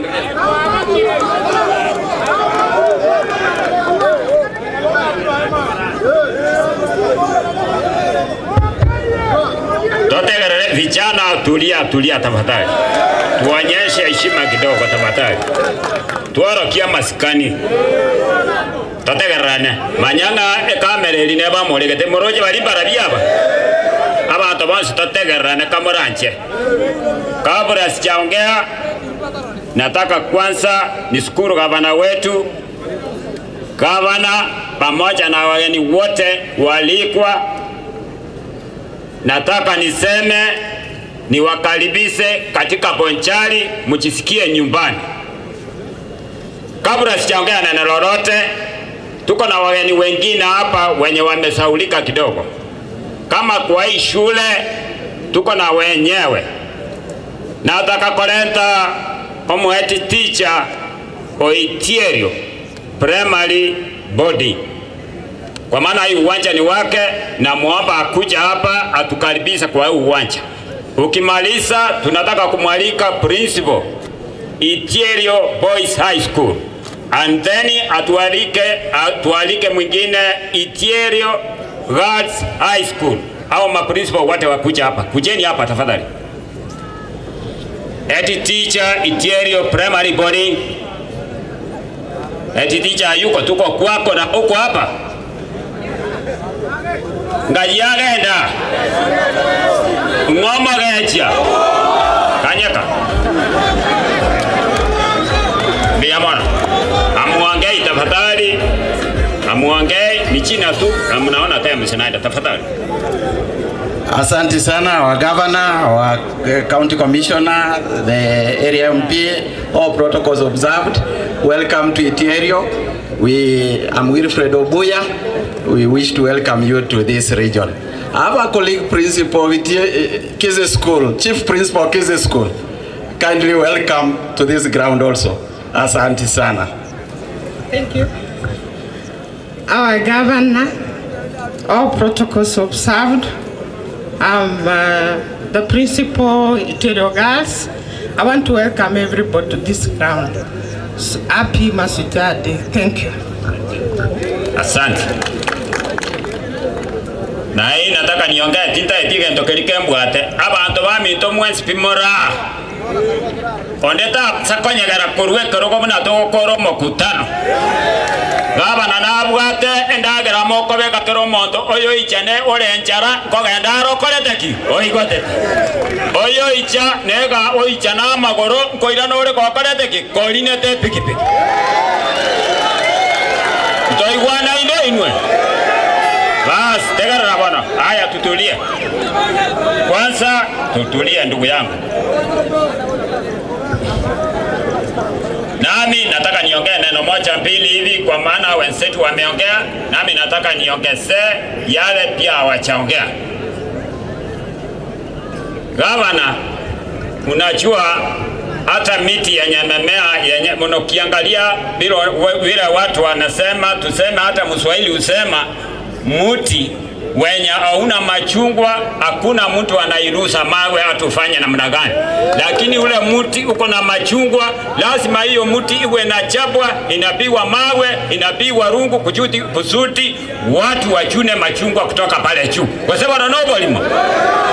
Gaba na intubu na abanjali na kigaka garoro chetu achaga abanjali bonsi pi gaba na novale magegao monto tayo ntuko tuatale na korwa sole because ntoko nyara gaba na nayo bwato moyo we county gaba na nayo bwate nyama ye county ncherate yabanjali turabe isiko ngato basakoba naye elinde nyame yeto misie abantu baminto ikatoberange ekiagaraga banane rubwato moyo nanene rubwate nyama twamatenga kakwa butolero mu machoge kwa butolero mu girango kwa butolero mu getutu na chinyomba chire cyose omonjali tware lyange kulie yetigarete Gavana nari kuwasabaiga. Umesikia watu wengi wameongea hapa kuhusu mambo ile yenye iko mbaya, yani kuna projects asijafanyika katika Bonchari vizuri. Na gavana ukiangalia vizuri Suneka ndio market, ndio town, wakati unatoka huko chini ndio town, watu wanaingilia kutoka hapa wakiingia Kisii town. Tena ukiangalia kwa ile rogo ya bendera ya Kisii County, hiyo rogo imebeba ndizi. Maana yake ukifika kwa ndizi wewe umefika ndani ya Kisii. Kwa hivyo mtu akitoka pande hii lazima akutane na ndizi ndani ya Suneka. Akifika hapa anajua amefanya nini, ameingia Kisii County. Kwa hivyo nakuomba Mheshimiwa Gavana, hata wewe unaelewa vizuri sana, hata wageni wakikuja kwako, wageni tuseme wanatoka pande huu, wageni wakikuja kwako lazima wewe hiyo bomo unapangusa, ile vitu inakaa kama machanja unapeleka huko nyuma kusudi mgeni aone huko bomo inakaa vizuri. Kwa hivyo ile uchafu yote unaona hapa Suneka, vile unasikia wenzetu wanalia market ya Suneka. Hiyo market imechukua miaka mingi, tumeimba, tumeomba, lakini mpaka sasa bado imekwama. Your Excellency, tunakuomba tafadhali, hiyo market imewekewa 20 million, but the 20 million are not enough kukumaliza hiyo market. Tunakuomba uende uongeze hiyo market, hizo pesa, wakati tutaenda hata kwa supplementary tuone hiyo market imeisha. Kwanza wakati ulikuwa unatafuta kura, wewe wakati ulifika Suneka ulisema hii market my first year nitaimaliza, na mwaka ndio hii, Your Excellency. Kwa sababu na banjali. Number 2, unajua hiyo yenye naongea ni ile inasumbua Bonchari. Siongei chochote nje ya Bonchari, naongea ile iko ndani ya Bonchari, ile vile wanahitaji. Your Excellency, kuna hii mambo ya uwanja wanaongea kila wakati. Suneka Airstrip. Watu wa Bonchari ile kitu wanaomba hawakatai mwito wa rais. Wanakubaliana na rais vile anataka afanye, lakini wanataka wahusishwe wao waitwe wakae chini, opinion leaders wakuje wa Bonchari wakae chini, waambiwe tunataka tufanyie uwanja namna hii, na watu wa Bonchari watoe maoni yao. Kwa maana watu wa Bonchari wanataka uwanja hata ikiwa kidogo kama ile ya Homa Bay ama ya Migori. Zile ndege zenye zinatoka Wilson Airport zinakuja hapa zinachukua watu pia wanauza hata ndizi zao pale, wanauza mapere pale, hata avocado wanauza pale. Hiyo ni maoni ya Bonchari, Mheshimiwa Gavana. Mheshimiwa Gavana, tuko na kiwanja hapa imetusumbua kwa muda mrefu, stadium. Bonchari ndio watu walikuwa wametoa, vijana walikuwa wanacheza mambo ya kandanda tangu zamani. Ulikuwa unasikia mtu akitajwa anacheza mpira ujue huyu amecheza kutoka Bonchari, kama akina Matego ametoka kwa hii uwanja, akina Nyandro wametoka kwa hii uwanja. Kwa hivyo Mheshimiwa Gavana, mimi nakuomba ile stadium tuko na uwanja pale, wewe uliandika barua ukapeana notes kwa wale watu wanakaa pale. Wale watu ile uwanja sio wao, ile uwanja ni ya watu wa Bonchari. Bonchari ndio wanastahili wanasema hii uwanja tunataka kuweka kitu fulani hapa. Wewe Mheshimiwa Gavana, nataka nikushukuru zaidi. Uliandika barua ukapeana notes. Wale watu waame na kuwapatia mwezi moja, kama hawataama within 1 month. Sisi hapa Bonchari tutaenda tukae pale na kubomoa zile nyumba haraka hiyo uwanja ipatikane pale. Sisi hatuna mahali pa kucheza. Kama unajua hatukubaliwe kufanyia mkutano kwa shule. Sheria inakataa, sheria ya education inakataa mikutano isifanyike kwa shule. Hii mkutano hatungefanyia hapa, tungefanyia pale rural ama namna gani? Hiyo hiyo uwanja hilo diandika barua, tunataka ikifika mwezi ikiisha mkutano haraka werete turakita beba watu na turakita malisa wewe neta yakono na ande kitokora inarega sieta yako sebana obarabu akoleta na buwe. Mheshimiwa Gavana, sisi hao watu wa Bonchari wanatarajia municipality kwa haraka sana. Wanataka waone Suneka imekuwa municipality, kwa maana zile vitu zote zinahitajika. Sisi tuko na kama ni sewage, tuko na sewage hapa chini, ni kuunganisha laini tu kutoka Suneka na kupeleka chafu hapo ndani. Kwanza Bonchari wamekaa sana bila kuenda kwa hiyo sewage. Wao wakienda wanaenda Bosongo ndio waende huko ndani ndio sewage teremke kuja Bonchari. Tunataka na sisi tuweke yetu hapa Suneka iende huko ndani. Kwa hivyo Your Excellency, wewe peana municipality acha simama hapo useme hiyo maneno, waziri aende atengeneze fiscal development plan. Angekuwa ameanza, hata tumeongea hii maneno mara mingi, sijui waziri wa lands, wewe kazi yako iko leja na chini namna gani? Wewe harakisha, peana Suneka, peana hiyo nini fiscal development plan kwa gavana sign. Arafu ichukue hata miezi 3-4 Suneka ipate municipality. Hiyo ndio watu Bonchari wanatarajia. Hiyo ndio kitu muhimu sana wanatarajia. Your Excellency, bila hiyo, kabla hatujakuwa na municipality, kuna hizi parapara za hapa nyuma. Hao watu wenye walitengeneza hii parapara ingawa hawajamaliza, kwa maana hata huko kwa soka hawajamaliza. Kuna hizi parapara, Your Excellency, magari sana matatu hawana mahali pa kuweka magari zao. Kwa hiyo nakuomba Your Excellency, nipe muda kidogo, kwa maana hii ndio watu wa Bonchari wanataka. Hizo barabara hazina, au watu wa matutu hata wa bike hawana mahali pa kuwekeza magari zao. Na kuomba kwa vile hii barabara ijaisha, Your Excellency, wale watu walienda because walikosa pesa. Na kuomba Your Excellency, wewe ukuje tu uamue utufungulie hizi barabara za nyuma, hizo matatu zingine zitaingia hapo ndani.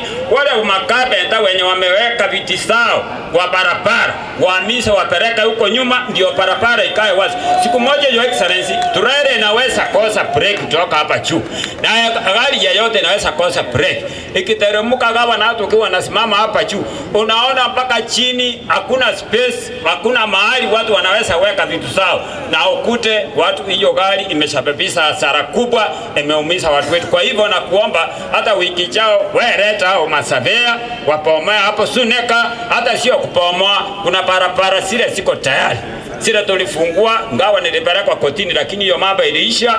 Alafu hizo tuweke morum, alafu uweke hata hizo couples, hizo barabara sionekane kama town sasa. Your Excellency, nikienda kumalizia, tuko na hospital hapa. Your Excellency, ukienda hospital tuko naye kubwa hapa inaitwa Yave. Hiyo ndio hospital hapo nchini kubwa zaidi, lakini inaitwa level 4 but it's not level 4. Inakaa kama health center mheshimiwa governor. Kwa hivyo nakuomba governor, wakati unaangalia hizi hospital zingine, peana priority kwa Yave. Watu wa Bonchari hawana hospital kubwa, ukienda huko inakaa kwanza kama dispensary. Na mimi Your Excellency, ngawa nimeongea kuhusu Yave, nami niko na hospital kubwa pia inaendelea kurara. Lazima na mimi, kwa maana hiyo hospital ndio iko karibu na Suneka. Kwanza ndio hiyo hospital ndio itakuwa wakati Suneka inakuwa municipality, na hiyo hospital ndio itakuwa inabeba Suneka. Hiyo hospital inaitwa Liotanchi Health Center. Wewe angalia Liotanchi, pandisa hiyo, weka hata building kubwa. Hizo hospitals zinaangazwa round, serikali kupatia moja mwaga hapo. Nikienda kumalizia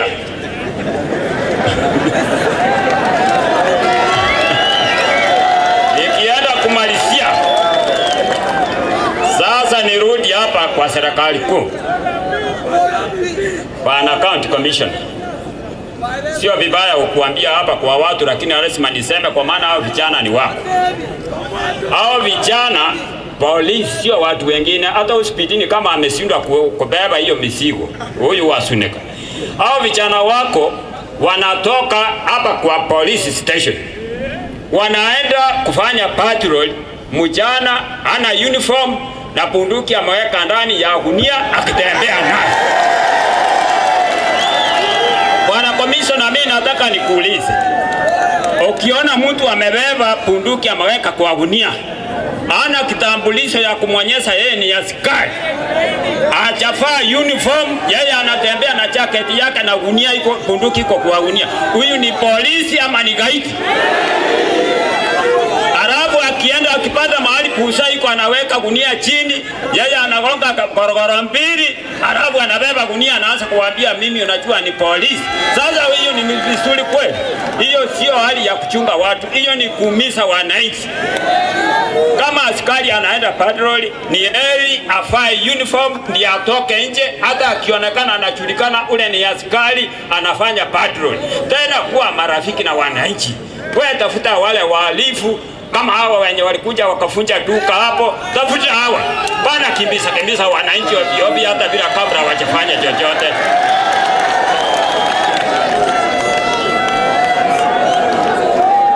Acha nimalize sasa nikisema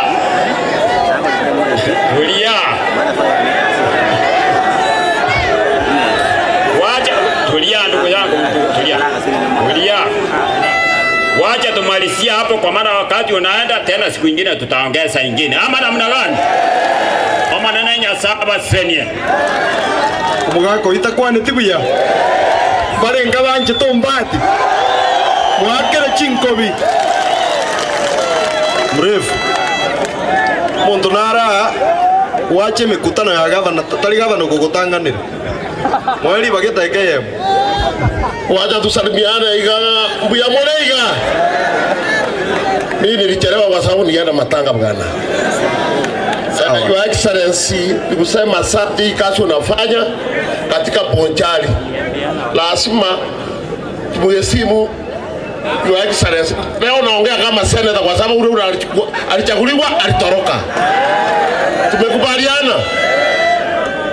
Gavana alimsaidia akakuwa gavana akaenda ile mrengo mwingine. Sasa mimi naongea kama gavana, kama senator wa Kisii.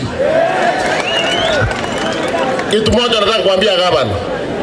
Gavana, ile kazi unafanya, abantu bali bakora amagavana abaisha kumbako musika buya mono nabale ngomonto mwengeiga wono tigangiriri bageri mbatebi egentu kyo mwali na egentu kya muimu mwaboli gavana akoleki asikwe osebono tuanjira nile twensinga gavana tigasikwe nikiwa kama leader of majority kule bungeni.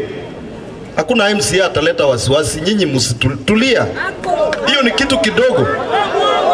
Kama analeta shida tutawarudishia yeye hapa nyumbani. Gankole igo ntebenga aba MCA. Egasi ya itu twaetu tigatokore tusike gavana akore gasi yaye. Usebono. Ono muntu bwate nyama. Umuntu bwate umuyo. Nande ne rukorama nakoe. Igo bari bakore gasi iyo tigabatige. Tigankorere igo nsike chingaki echi ndeto mospiko ito omoske Philip Nyanumba.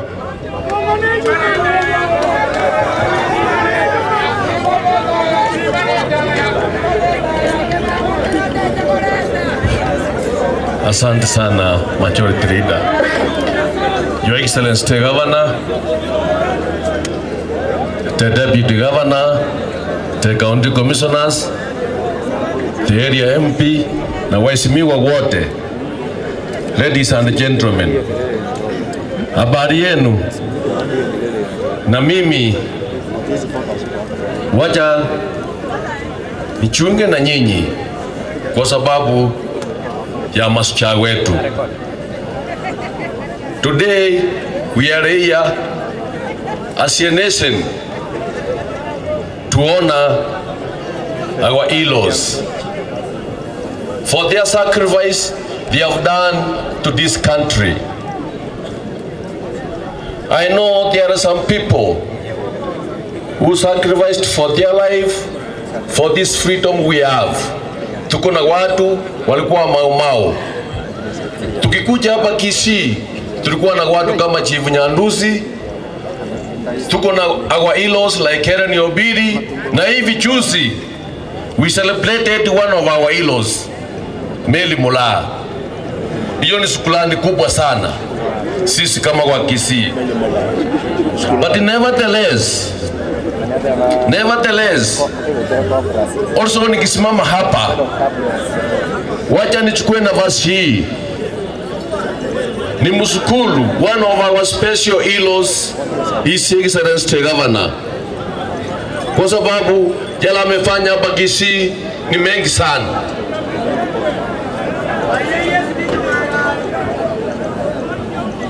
Your Excellency the Governor, I know that we as Yomogusi, we as Yomogusi, we have our share of the contribution we have done to this country.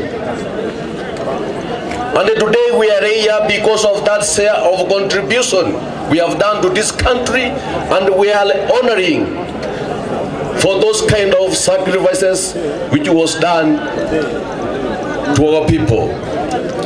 Your Excellency, today I am happy that one of our teachers, some of our teachers, mwalimu wa Itierio Kisii, these some of our heroes. Today our doctors are our heroes. Today our police are our heroes, because we are celebrating for their good work they are doing to this country and to this county. That's why we are here. It is high time, Your Excellency, to honor our heroes when they are alive. Of course, we appreciate those who have done their contribution and they have gone. But it is good again to appreciate those who are alive. Your Excellency the Governor, I don't know how much, but we as Assembly, we are ready. We are ready, Your Excellency, to work within our mandate to ensure that you have achieved what you promised abantu baitu wa Gusii. That is our work. Kwa sababu ya hiyo, na sisi today vile watoto waliimba Simba is our hero. Indeed is our hero. Ningeenda kumalizia, na kumalizia yangu sio kama ya Mheshimiwa Mbati. Yangu ni ile ya kumalizia. As we celebrate Your Excellency and the County Commissioner, our heroes, again we need to appreciate that it is community of ours, especially I want to address this to the county commissioner. As we appreciate our in-laws, we are appreciating that our society, there are a lot of challenges which need to be addressed. We are celebrating our in-laws because of their contribution. And if we cannot address some of these issues, we will not get the future in-laws we will be celebrating for. County Commissioner, our society, maneno ya pomba alamu imechaa, ambaye imealivu the effort and the contribution our people they are doing. My happiness, Commissioner, I know you have an organized system, ambaye from the TCC, ACC chief and the chief, assistant chiefs, let us recognize where this menace is in our society so that we may address it kindly, so that we may have our people in the future we will be calling in-laws. Sitaki niongee mengi, asante sana. Wacha Mungu abariki Kisii, Mungu abariki Kenya. Let me take this humble duty to invite the area MP akuche aongee yake, because hapa ni kwake. Is our hero today because the people of Onchawa have recognized him and elected him. Mheshimiwa Dr. Njoke, karibu kuja ongea yako. You invite His Excellency Deputy Governor na yeye afanye sehemu yake. Asante sana. Thank you very much. Your Excellency,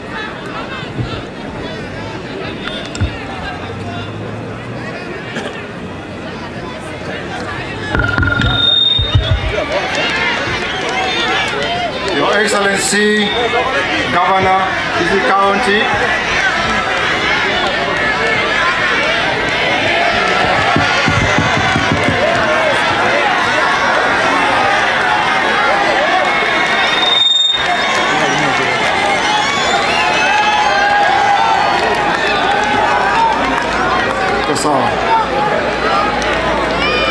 asante sana. We have a hero here.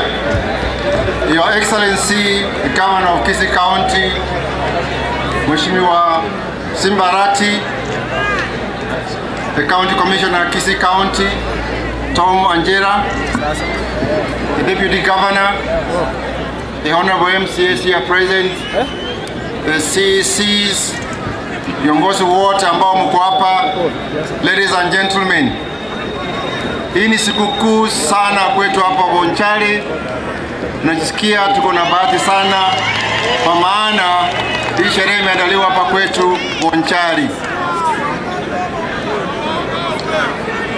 Tunajikumbusha ya kwamba Mheshimiwa Rati mumurubu Bonchari geko garasu ne kaso metete hivyo. Arati su ne kaso mete igono mumurubu Bonchari. Before he advances education, Bonchari asomete. So karibu nyumbani, Your Excellency.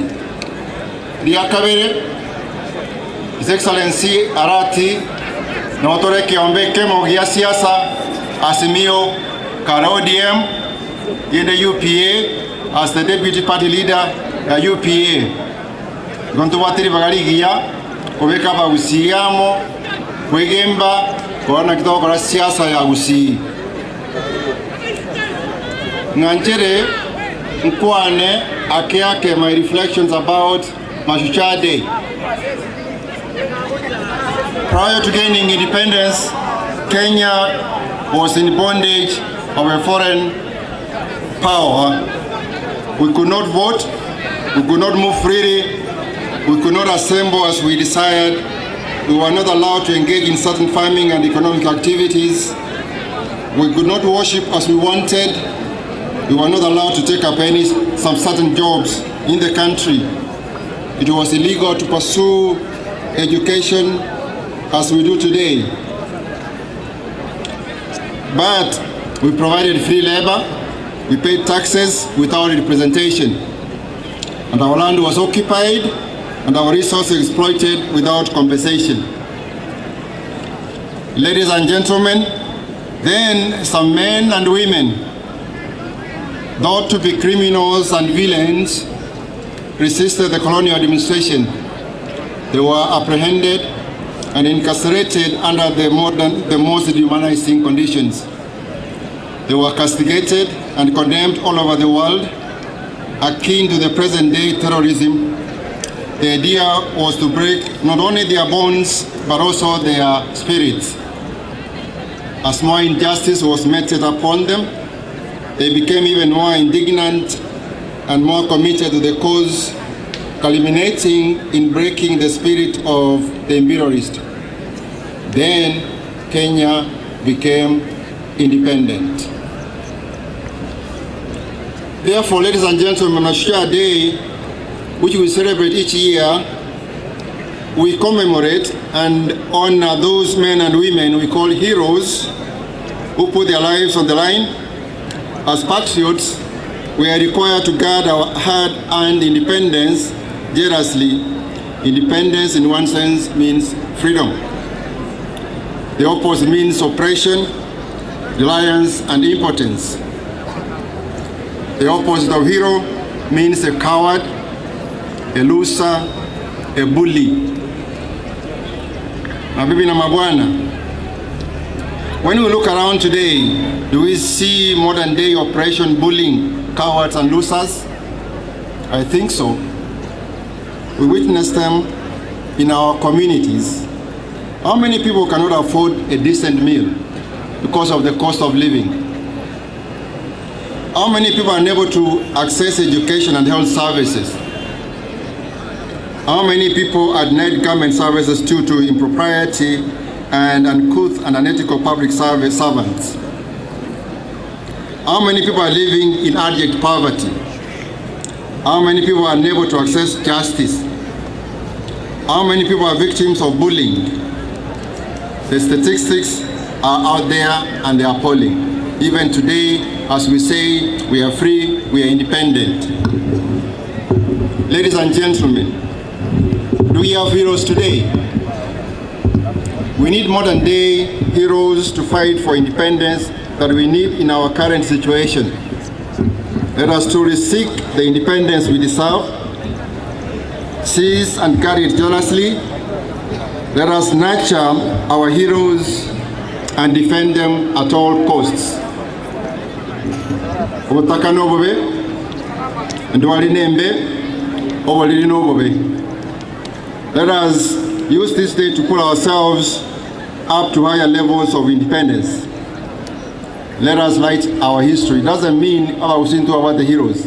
Let us write our history. We don't write our history, other people will misrepresent it. Who is your hero this year? Heroes, we can celebrate heroes posthumously.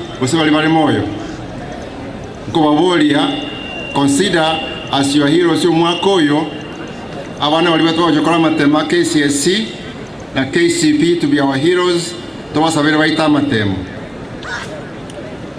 Jana tumekuwa na mkutano pale CDF office ya Suneka kujadiliana mambo ya Bonchari. Tulikuwa na bahati ya kwamba County Commissioner alihudhuria mkutano.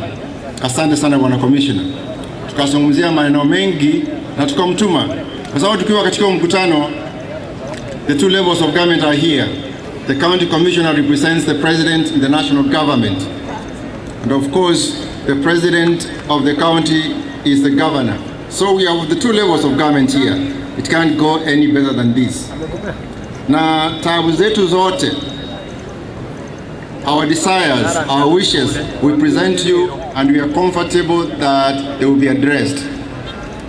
For a start, jana tumezungumzia kwamba katika serikali kuu Abanjari hawako kabisa kabisa. Tukamsihi bwana Commissioner akizungumza na rais amkumbushe ya kwamba Abanjari wamepotelea sijui wapi. Simbarati mumuru minto somete Gasuneka. Tukatera tukagwa nanga kikero kende serikali yetu ya Kisii County, and we support you and we want to work with you for your full term. And the politics we want to do the politics of development. because we belong to the same party, the same coalition. We have no reason to pull sides. And when we ask, we don't necessarily shout. And let nobody take that for a weakness. We have issues that we think should be addressed. Kayuna Vanchari to Tenanga Kikero Kende County, Nambaketo Njichiri, Jisaine, Koranche, Your Excellency, Kinambaketo Vanchari in your government, Signore Chiveke Chivechindonge. Iyakavere, when you look at the health services I've spoken to, Ogenderi and Health Center, Ogenderi, Ogenderi, Tanki, Ogenderi, all over. These days, you can go with the next one. What's wrong with our health services?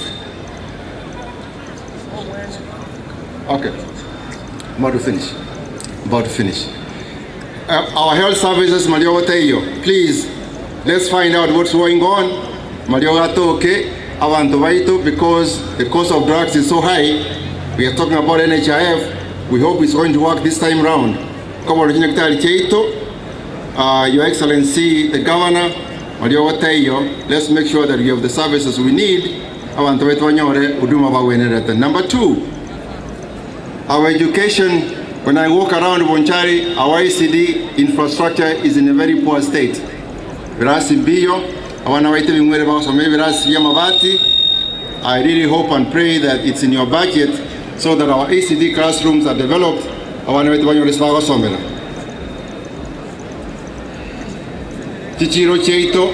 I think estoy crebono toda we independent.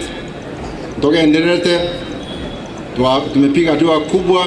Ichiro chetu chako wetu tu chicho. Ichiro chetu chipati chicho, chipoint chia mache. The sewage plant to the sewage plant. We want the sewage system to be developed.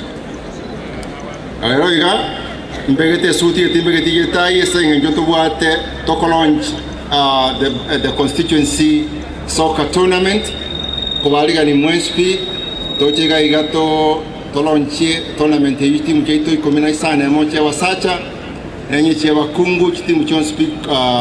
Merongevere, Barua Neva Pagase County, Barua Kubua Combekio. What in Biamono, Lima Chirega Bonjari for the first time, feel at home, and the Toruga Bonjari already talk, or Senya Maya Bonjari. You can't find any Ming Yonea Bonjari, or say talk again Bonjari, ever saying Waja Notia Yanka. Thank you very much. Obarikiwe, and now it's my honor and privilege to invite the Deputy Governor, Dr. Monda Achakwa Nasenini, Ali Ganyava Ganivande, Biamono, Museseniwe.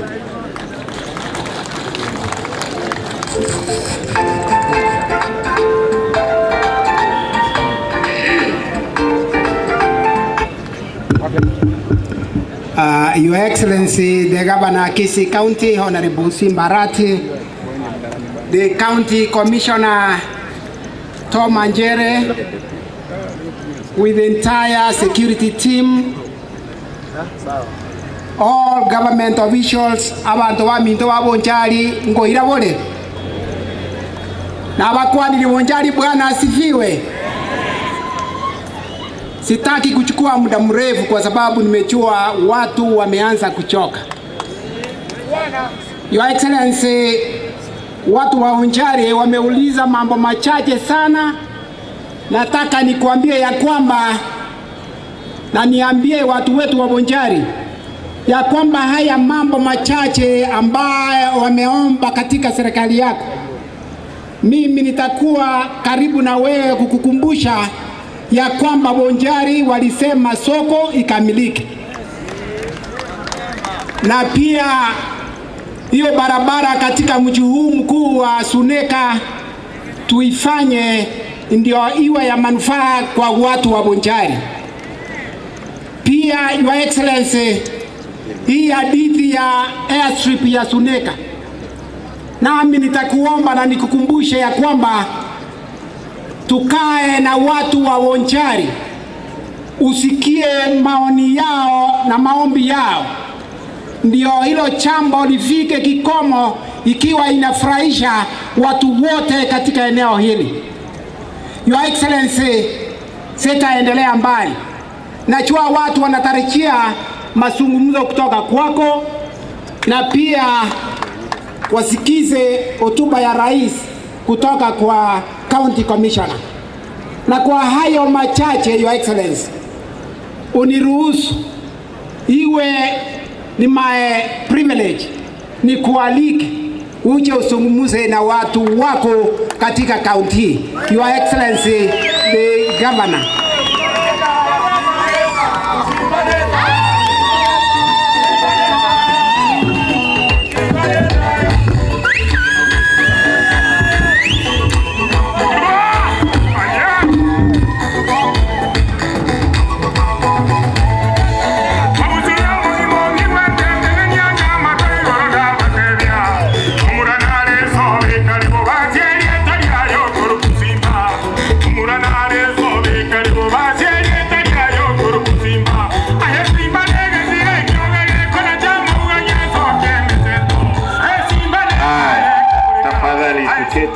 Tuketi. Mambo, asante. Haya. Bonchari hoye. Bonchari hoye. Mbia mole. Allow me ndara kwane kegusi munganchire nsome speech enkembwate imanye kwira neke gusi mo wanja boigo abantu ami ntomo wanja boigo allow me, Your Excellency the Deputy Governor Dr. Robert Munda, the County Commissioner for Kisii Mr. Tom Wanjere, Honorable Member of Parliament Bonchari constituency, Honorable Speaker of the County Assembly Honorable Philip Nyanumba, members of the County Executive, members of the County Assembly present, distinguished and invited guests, fellow Kisii County residents. It is my distinguished honor to address you today as a governor on the 14th Mashujaa Day celebration in our beloved country. This is a day set aside to recognize and appreciate, celebrate country's heroes and heroines who fought for freedom from colonial rule. On this day, we must honor and commend our founding fathers and mothers, for without their courage and immense sacrifice, there would be no modern Kenya. They believed that Kenya was a sovereign nation whose destiny could not be defined by any other power. We join other Kenyans in celebrating and honoring independence heroes. Here at home, we proudly appreciate the courage of our own heroes who paid the ultimate price as they resisted colonial invasion. Not everyone has the willpower to stand up for their country when push comes to shove. This is why we salute our local independence heroes and heroines, among them Mura, Ngiti, Otenyo, Nyamaterere, Nyamategando, Keboye, and Sure Moturi for standing against colonial invasion in Kisii. As a community, we need and need to develop, honor, and immortalize these heroes and heroines, for example, in naming roads, schools, hospitals, and even erecting statues, as is the case at the national level.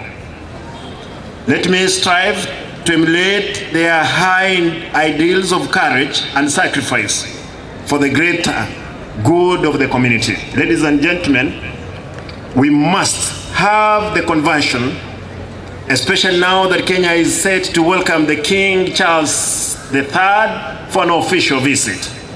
It will be necessary to prepare and present a memorandum proposing how the Gusii community can get compensation for the atrocities meted out to our people during the British colonial occupation of this region. And if possible, advocate for return of Otenyo's aid, for we are told after being dismembered, it was taken to England. Therefore, we are going to ask the King Charles III, they must bring the head of our own Otenyo back to Kisii. Today, we appreciate and honor members of Kisii community who, despite challenges that come their way, continue to work for the well-being of their families, the betterment of their community, and advancement of the country. I'm happy to report that one of my county executive member, the CC in charge of land fiscal development, of being celebrated today as an heroine by His Excellency the President of Kenya in Kericho County. She's an established scholar with long-serving experience. She worked diligently and selflessly under Kibaki regime to reform pension scheme, and at the same time of her appointment, she was working with the East Africa community. She is among my best workers, and I applaud her for her hard work. In this regard, I wish to commend our sportsmen and women who continue to carry Kenya flag high, conquering the world in various sports activities. I salute, I want to repeat, I salute Commonwealth Game Champion Mary Mora for her sterling performance in 800 meters during the recent World Athletics Champion in Budapest. Her spirit of competition and resilience have developed her skill in local school competition here in Kisii County is a truly and inspiring exemplary to all of us as a people. Importantly, we also appreciate the heroes of the second liberation struggle that gave rise to constitutional reform in the country, resulting in the devolved system of the governance that we enjoy.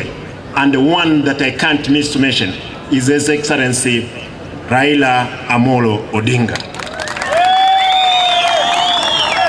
Ladies and gentlemen, in the last general election, Kisii County residents went to the ballot and pronounced themselves on who will be their leaders. I thank them for overwhelmingly voting for me as a governor.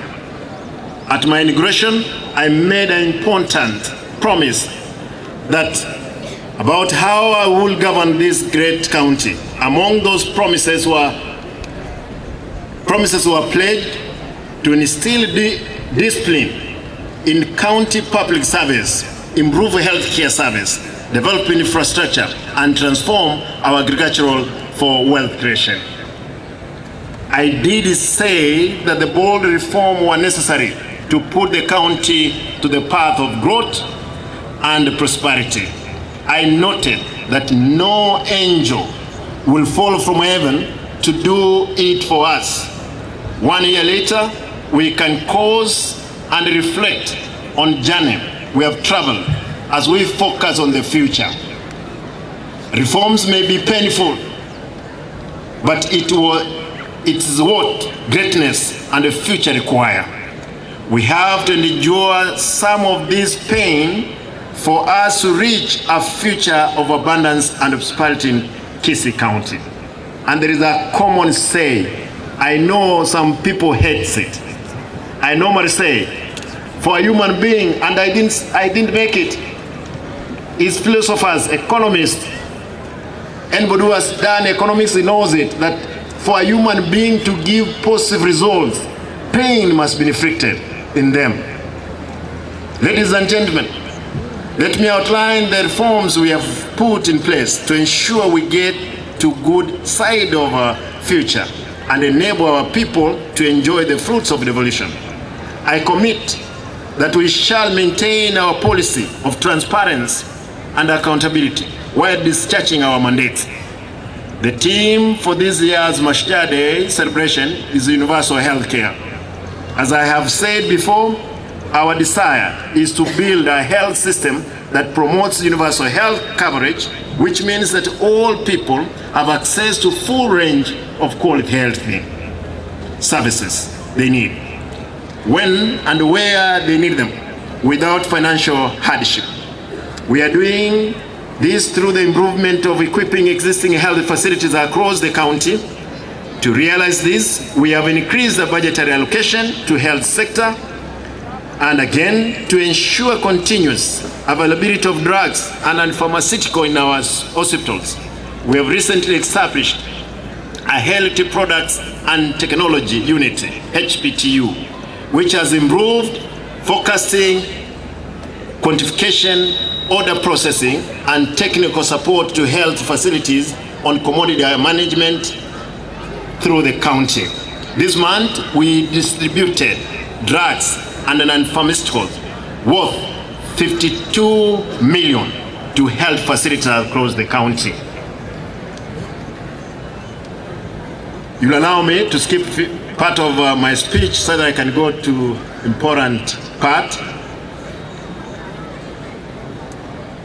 I'm happy to report that the dream of establishing ultra-modern cancer diagnostic and treatment center in Kisii has come to reality, because the National Treasury has set aside 1.9 billion as government contribution, as national government contribution towards the project, jointly funded by Arab Bank for Economic Development in Africa, BADEA, and Saudi for Development, SFD. And I want to report again that yesterday, the BADEA, they gave a no objection letter. Therefore, the 2.1 billion from the Saudi and the BADEA is available. Monday, probably Monday, Tuesday, we'll be signing for the construction of the cancer center at ATC. Abantu bamintege goe kwana ndeke gusi nali abantu barayibunki nakuwa nagantako mo wancha boyo The procurement process has been finalized, and both SFD and BADEA have given a no objection, and we are now waiting for awarding of the contract and the groundbreaking ceremony at the site. Of course, the President will be coming to do the same. As a county, we have set 10 health workers, including doctors, clinical officers, and nurses, for specialized training in oncology. In primary health care, through our community health strategy, we have formalized engagement of community health products or promoters, CHPs, as this is the first line of defense in health service delivery. Currently, we are providing a monthly cash stipend for each of over 2,900 CHPs to ensure our people get health service at the doorstep. Today at Kericho, what they were doing, they are giving those kits. We have the kits here, but we lack the smartphone, which I'm told Safaricom is supposed to provide the 2,900. And the PS of Health, as promised, is fast-tracking the process to see they are provided within this month to our people here in Kisii. We have already received a consignment, and this is what from the national government. This kitty will enable our CHPs to provide a defense or defined package of preventive and promotive health service, including a household health screening for common ailment. Ladies and gentlemen,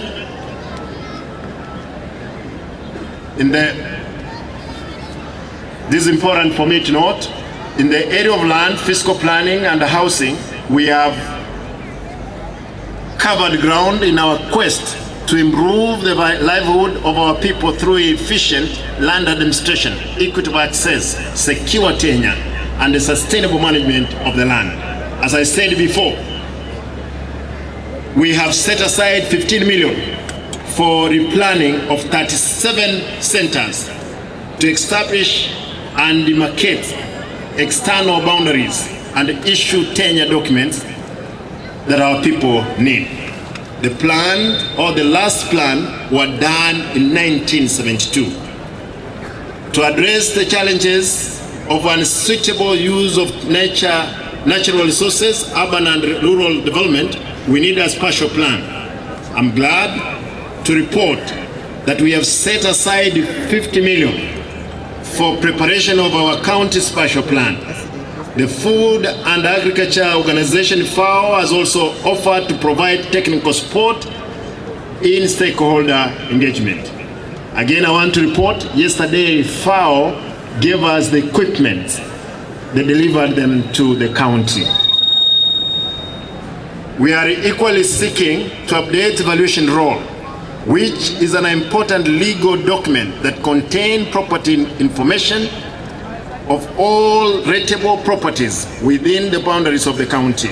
The evaluation law in use currently was prepared in 1980s, meaning that rates applied do not reflect the current market rates. We currently correct, and I want you guys to hear this. We currently correct 14 million in property rates against the potential of 150 million Kenya shillings. To address this, we have initiated the process of developing a new valuation role in collaboration with the FAO and the University of Nairobi. We have also set aside 20 million for implementation of Geographic Information System, GIS, a computer system that analyzes and displays geo-referenced information. Ladies and gentlemen, in the area of trade, tourism, and marketing, I thank the national government for launching and the construction of the Aggregation Industrial Park, KAIP, at Tongeri in Bomachoge, Borabu sub-county. The park will support agricultural development through reduction of post-harvest losses and increased market access. Through the national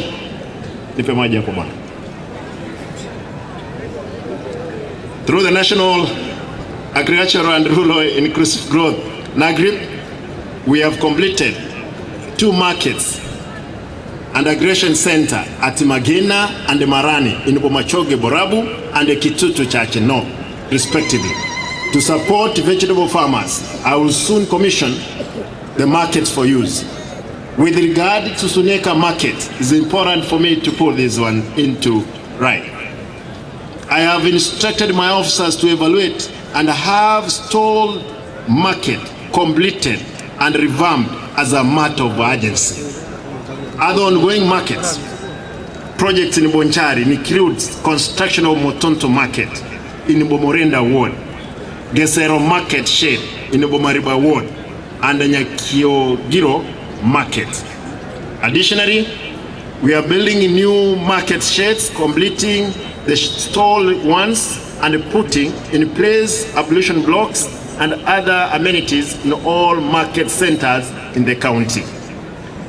At Kisii Marikiti Market, we plan to build a multi-story ultra modern market structure to house traders engaged in various business activities. The national government has communicated and is committed to support this project. You'll allow me to bring this one to a close. Ladies and gentlemen, turning to infrastructure, roads and public works, I'm happy to report that we have made significant progress over the past 1 year. We have set aside 243 million Kenya shillings for construction of 207 kilometers of road in all 45 wards in the last financial year. So far, we have completed construction of 168 kilometers of road, and the remainder of 39 kilometers of road is being finalized. And like before, our roads are done according to the set standards, and I promise that we shall do even more in the coming year to enable our people get value for money.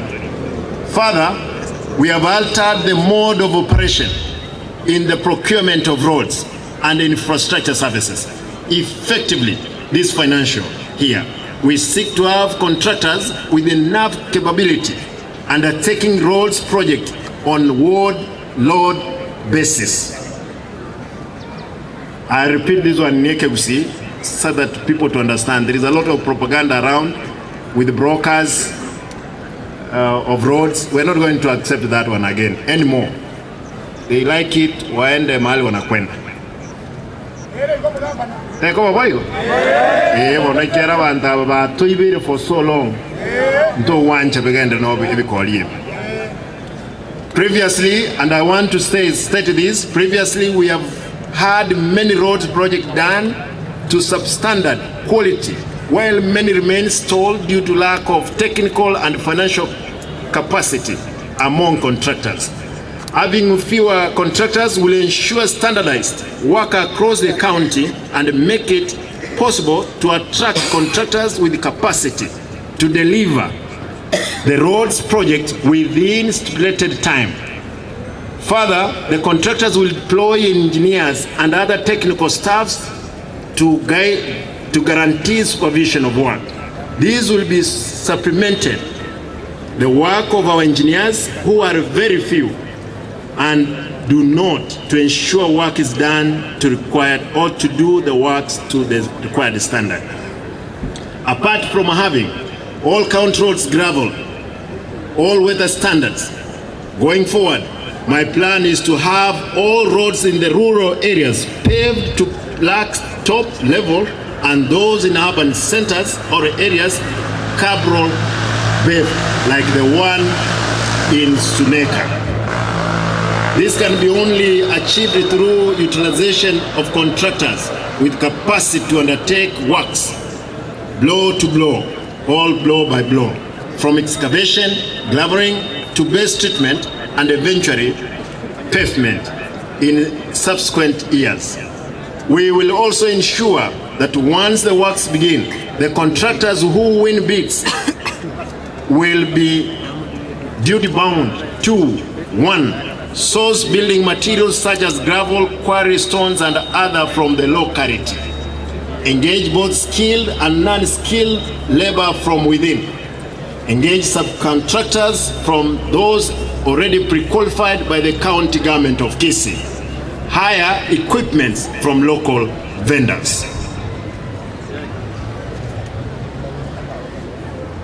Watu walikuwa wametengeneza hii kitu kubwa, kwa hivyo wacha nisome mwisho.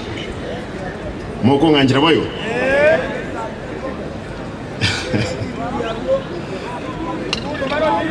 Guli.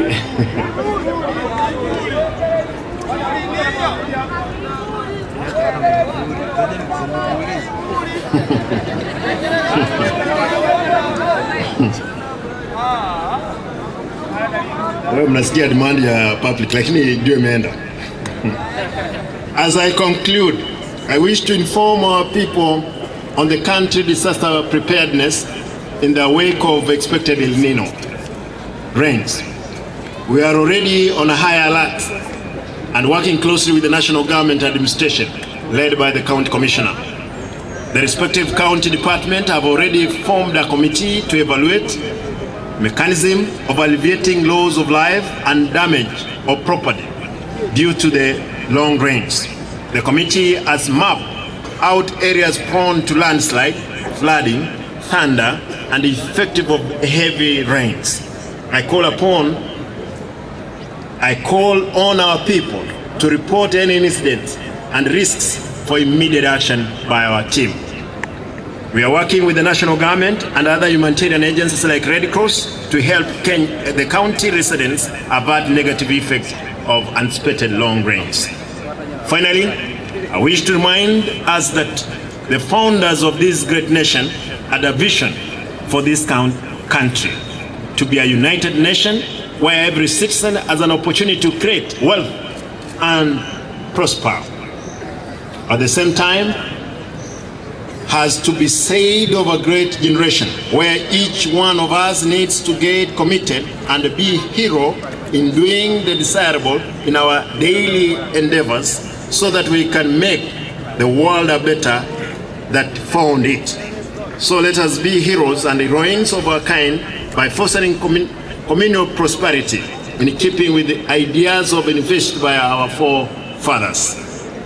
Ladies and gentlemen, I now take this opportunity to convey my best wishes of success to all the candidates who are taking their forthcoming national examination. Let us endeavor to change our minds and set and build Kisii. Thank you. Lima tegen the kiki abege tambak. Nganchiri nkuwa neke busi. Moko nganchi. Abantu wami ntunta etemba kere mbiya mono. Iga ninka. Enale ngote ewe county commissioner nga is more home than Noanyembo vas. Ekiera noongo soka, noongo soa, noongo korekren. Nta etemba tebe. Itierio gaiga no mama nyibolrete. Itieria. Eskuru primary nkagenda kebute nara liere. Mbonchali talibo. Secondary senge nyonare ngo mumwenu na ndo mukorobi yake. Arona asome tu mwaka yomo ke secondary. Lakini ngaja ukolera lia suneka. Lero naro abana baiseke suneka yalenge mixed, lero ya baiseke. Irie tu alenge mixed. Igoe kerongo kwana kinde nobole muna ninka nkoleteki inde. Enda etema sababu antwaminto. Na manyire mwakwane rigorege tiki ndege. Ege tiki ndege inchetindike Kenya Aviation Authority. Ege tiki ndege liye chindege chinke na bachiko uo. Lakini ndege nene Mheshimiwa Inogaiga oirukire mu America. Nama ete ndege nene pi. Boeing 777 ebwa ere chikoroba ibere teko guga. Tige yiyo kenyene no eneli ekobugole president. Yabantu bosinemeronge ebere kominyoka ekolege tikeli egwego chimati. Chindege nchirikogu echire chikogu ebitigoro by'omupira n'echi helicopter. Lakini chindege chibyashara ebinene nchikogu esegetiye. Nonyengi sumu chindege nchiro gitagwe egetikelia.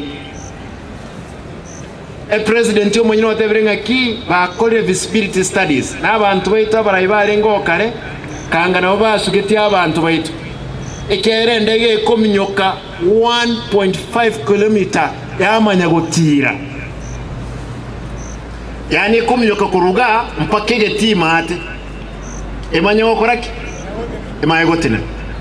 Endege mocha niegwe getike ndege yonsense ngima. Mwaro cha ndege lia wete ya Egypt. Omuntu oyo omo kakule billion yemu. Igoye ntomuna kekiwe mocha niegwe. Kekiwe ekobeka marangeti yamo egendenga. Abantu aminto. We have spoken to the government. We have asked them nga tuanchere egetikia suneka kebororo ntubeka no ene college ya aviation yororo chindege ichinke chiacha chia wororo chia koraki abana bayibundisere. Lakini ya president Dr. William Ruto said nga aigagusi ntobuati ntotakatoro CST take cover bosongo gali street na ya moyoka. A president Gadanga, what we need to do, we want to expand the city all the way to Suneka. You know, a president to say Keroro Murai, that's more remote or rolling a kiaban to our cognac. Therefore, Geti Kelin Kelikuruan, I know you get Kuru as Matugam, Emekori and Degaiga, and go Nabantunga Kisimba, Okerusiriga, Okeire, Nyangos. Bono, Igaiga, Nanyangos. Nara liege tina inkolina ndege wangose niga ndi nkoruga nkesu nyangos.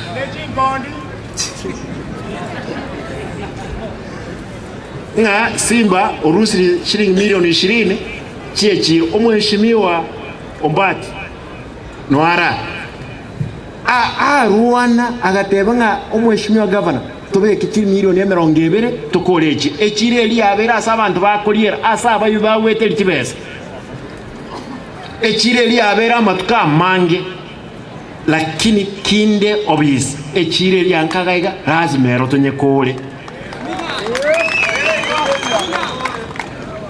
kabiri chipara chons abantu abayenkorose bachena abayenkorose epale etwe wana baramunga ki lazima batorose limali onye mba korose umheshimiwa Mbati ontevringa tobeke cabros nkorose tobeke tikabro maika chonsi ipi etown ene ntu ya itenke ebe moyo mo wancha boyo bono ekero nyuwete ngai goro mwangu mukutano mu MCA imoke anze okuwa nebintu bitaiyo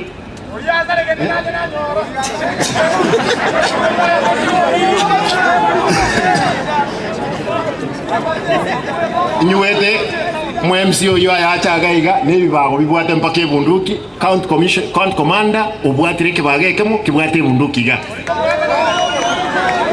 ngaki ubuche nebibago bibwate bunduki asa abantu batali no embaskati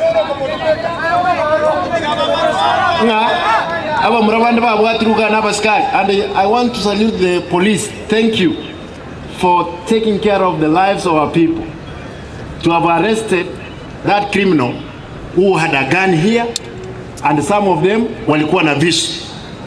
Ntulise word ne ya gotole ngokurwani oro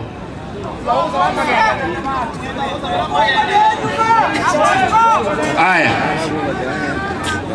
ente bega para ibandi bonsi including aba MC bamino egasi yabo no korigera ingasi kisimba okora egasi yabo no oversight bante binga simba egasi okora nembe ntutagitigasi tali aba MCA bakanete babe chi contractor to koli kama tem onyakole na ndui make nenyalekana ikubona ina masomo to inense ngebatagete barosie budget krabarosie budget na ndi ba chi contractor kraba kole ko ba chi contractor baraboka ba chi contractor na ndi bakole gasi na ende ba yakane kibesa chiyangu cy'umwana inchi mwanje bikoliye bigendera mo wancha baheshimiwa baminto, and I'm so happy baheshimiwa batabwati mechando bali motaro chiba waka malio mbali bikoliye ebyo ondo konya wakelio ebine tenda na mukanga tuligo kora tenda tubwati capacity obwate ne yokorosia machike county. Bwana county commissioner, I want to plead with you and the county commander. Bonchari has been the securest place in Kisii. You have seen, it's good that you have witnessed today in this function that an MCA can afford to walk around with people who are armed with guns. Armed. Kwa hivyo hii bunduki ambayo ilipiga mtu hapa risasi, we must be told if he was involved.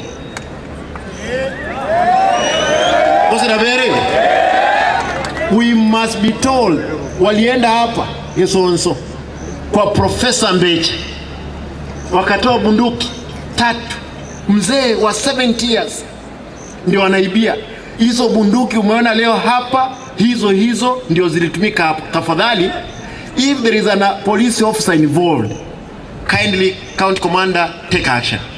Hatuwezi kuwa hapa hao watu wakikasirika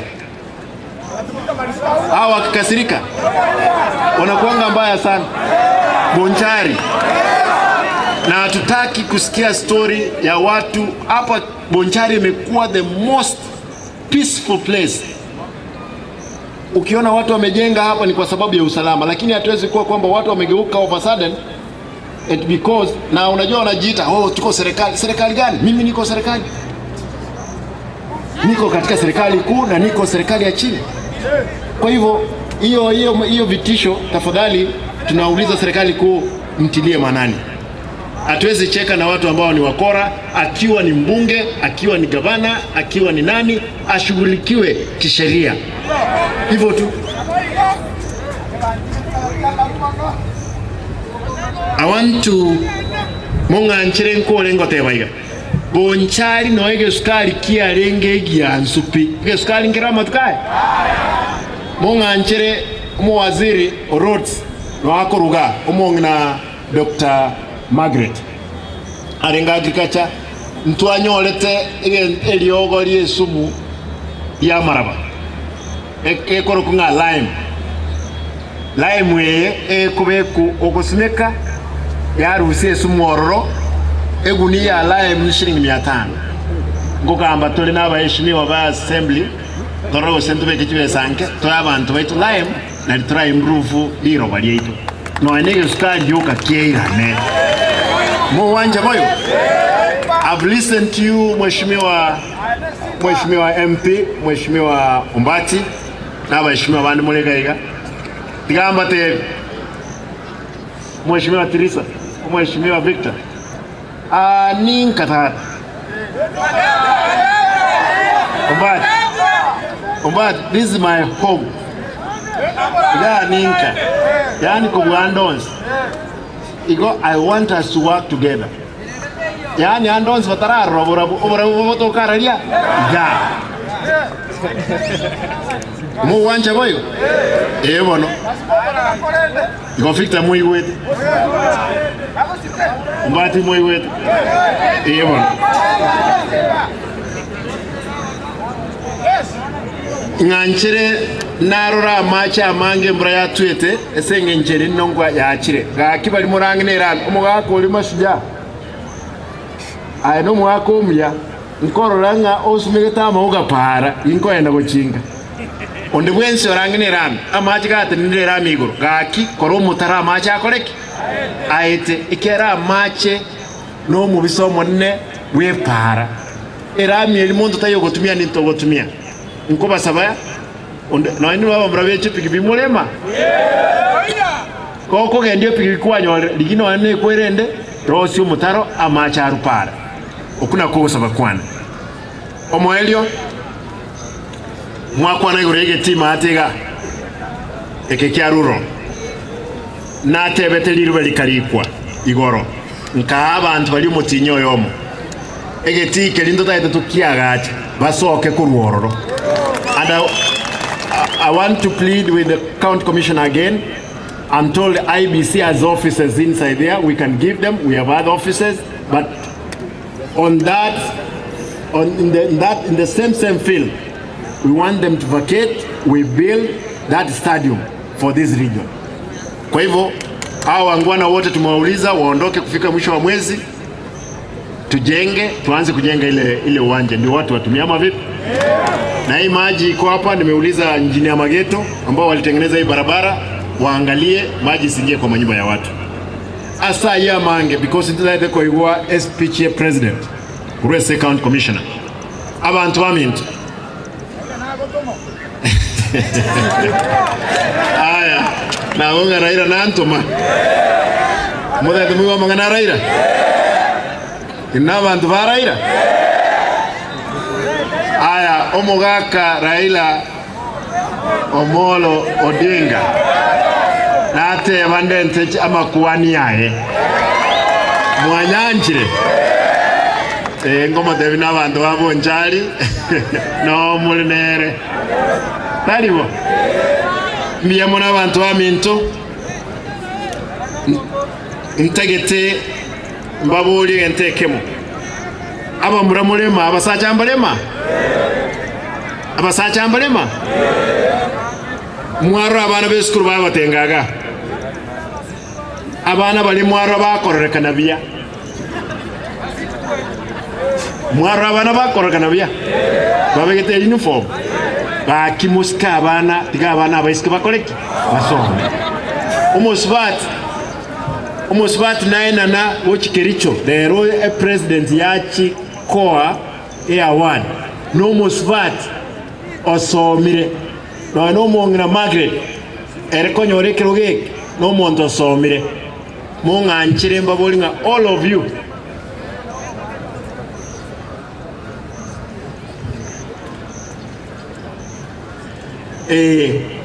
all of you ntegete mulendo omwana omwisike asome abasacha mulema onye mokoran uniform nengia bekira mukage uniform eliko kakotara gochiali kwara mno mwana we school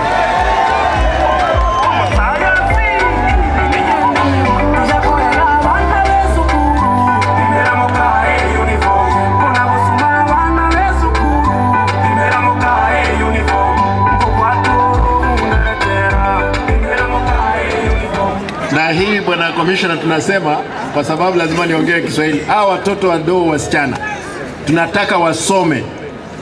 Hawa vijana hawa wanaume wawache watoto wadogo waende shule wasichana. Kama wanataka wanaona uniform ya mtoto ni mzuri, washonee bibi yake, akivaa anaona ile uniform anatamani bibi yake akitembea pande ile. Hiyo ndio tunaomba. Wose boigo mo wancha boigo igo musacho ndebuwenzi tigatinkwana senge nje kamera kirega musacho ndebuwenzi okobeka abana beskuru amali nabato kumayanga nawe no busacho bwa ombo okoragaza igo ntogo itegesa kwesenge nje obo charage to bosini ngini ege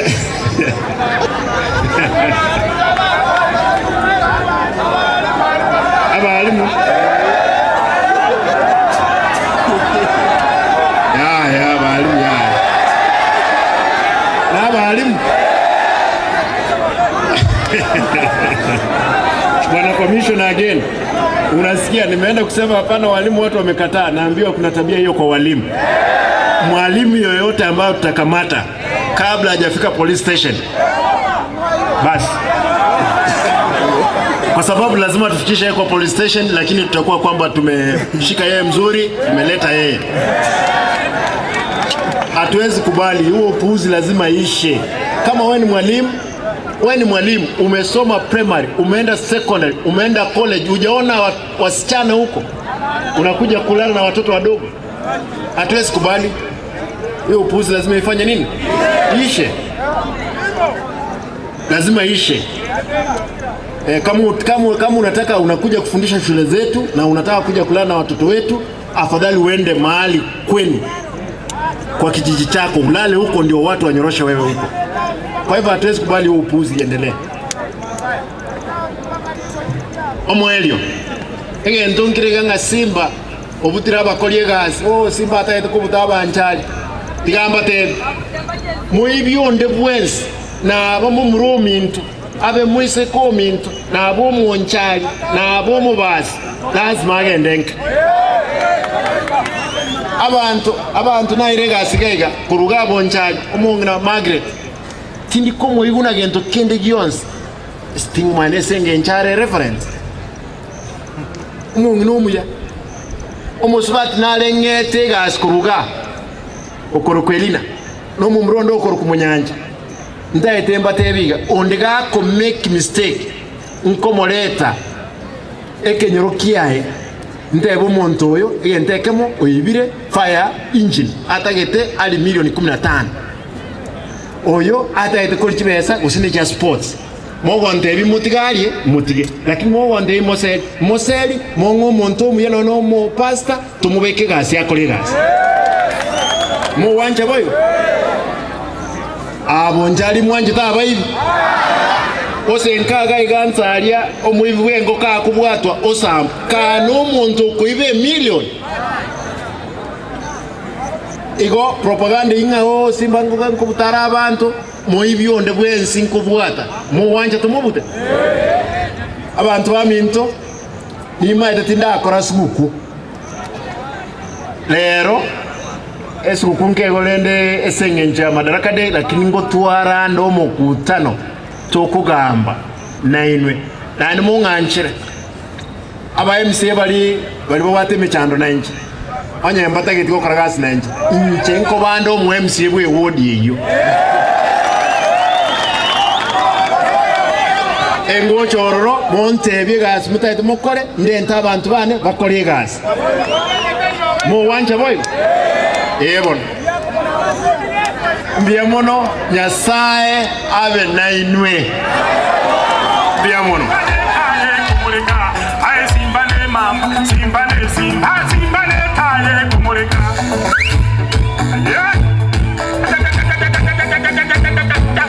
Haya, wacha nichukue nafasi hii nimkaribishe our county commissioner Mr. Njere atuletee speech ya His Excellency the President Dr. William Ruto. Asanteni na Mungu awabariki.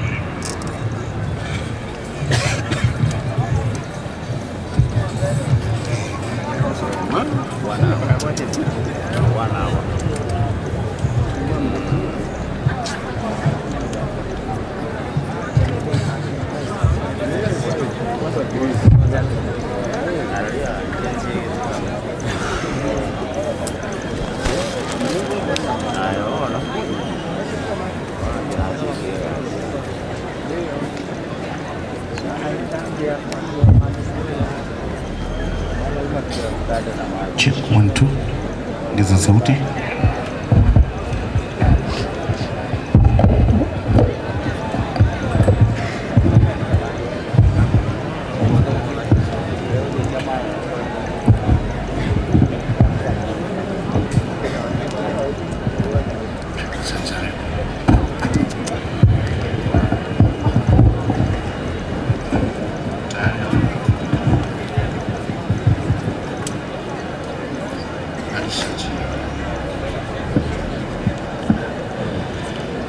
Mheshimiwa Gavana wa Kisii, Mheshimiwa Simbarati, Mheshimiwa Deputy Governor, Mheshimiwa mbunge wa eneo hili, daktari,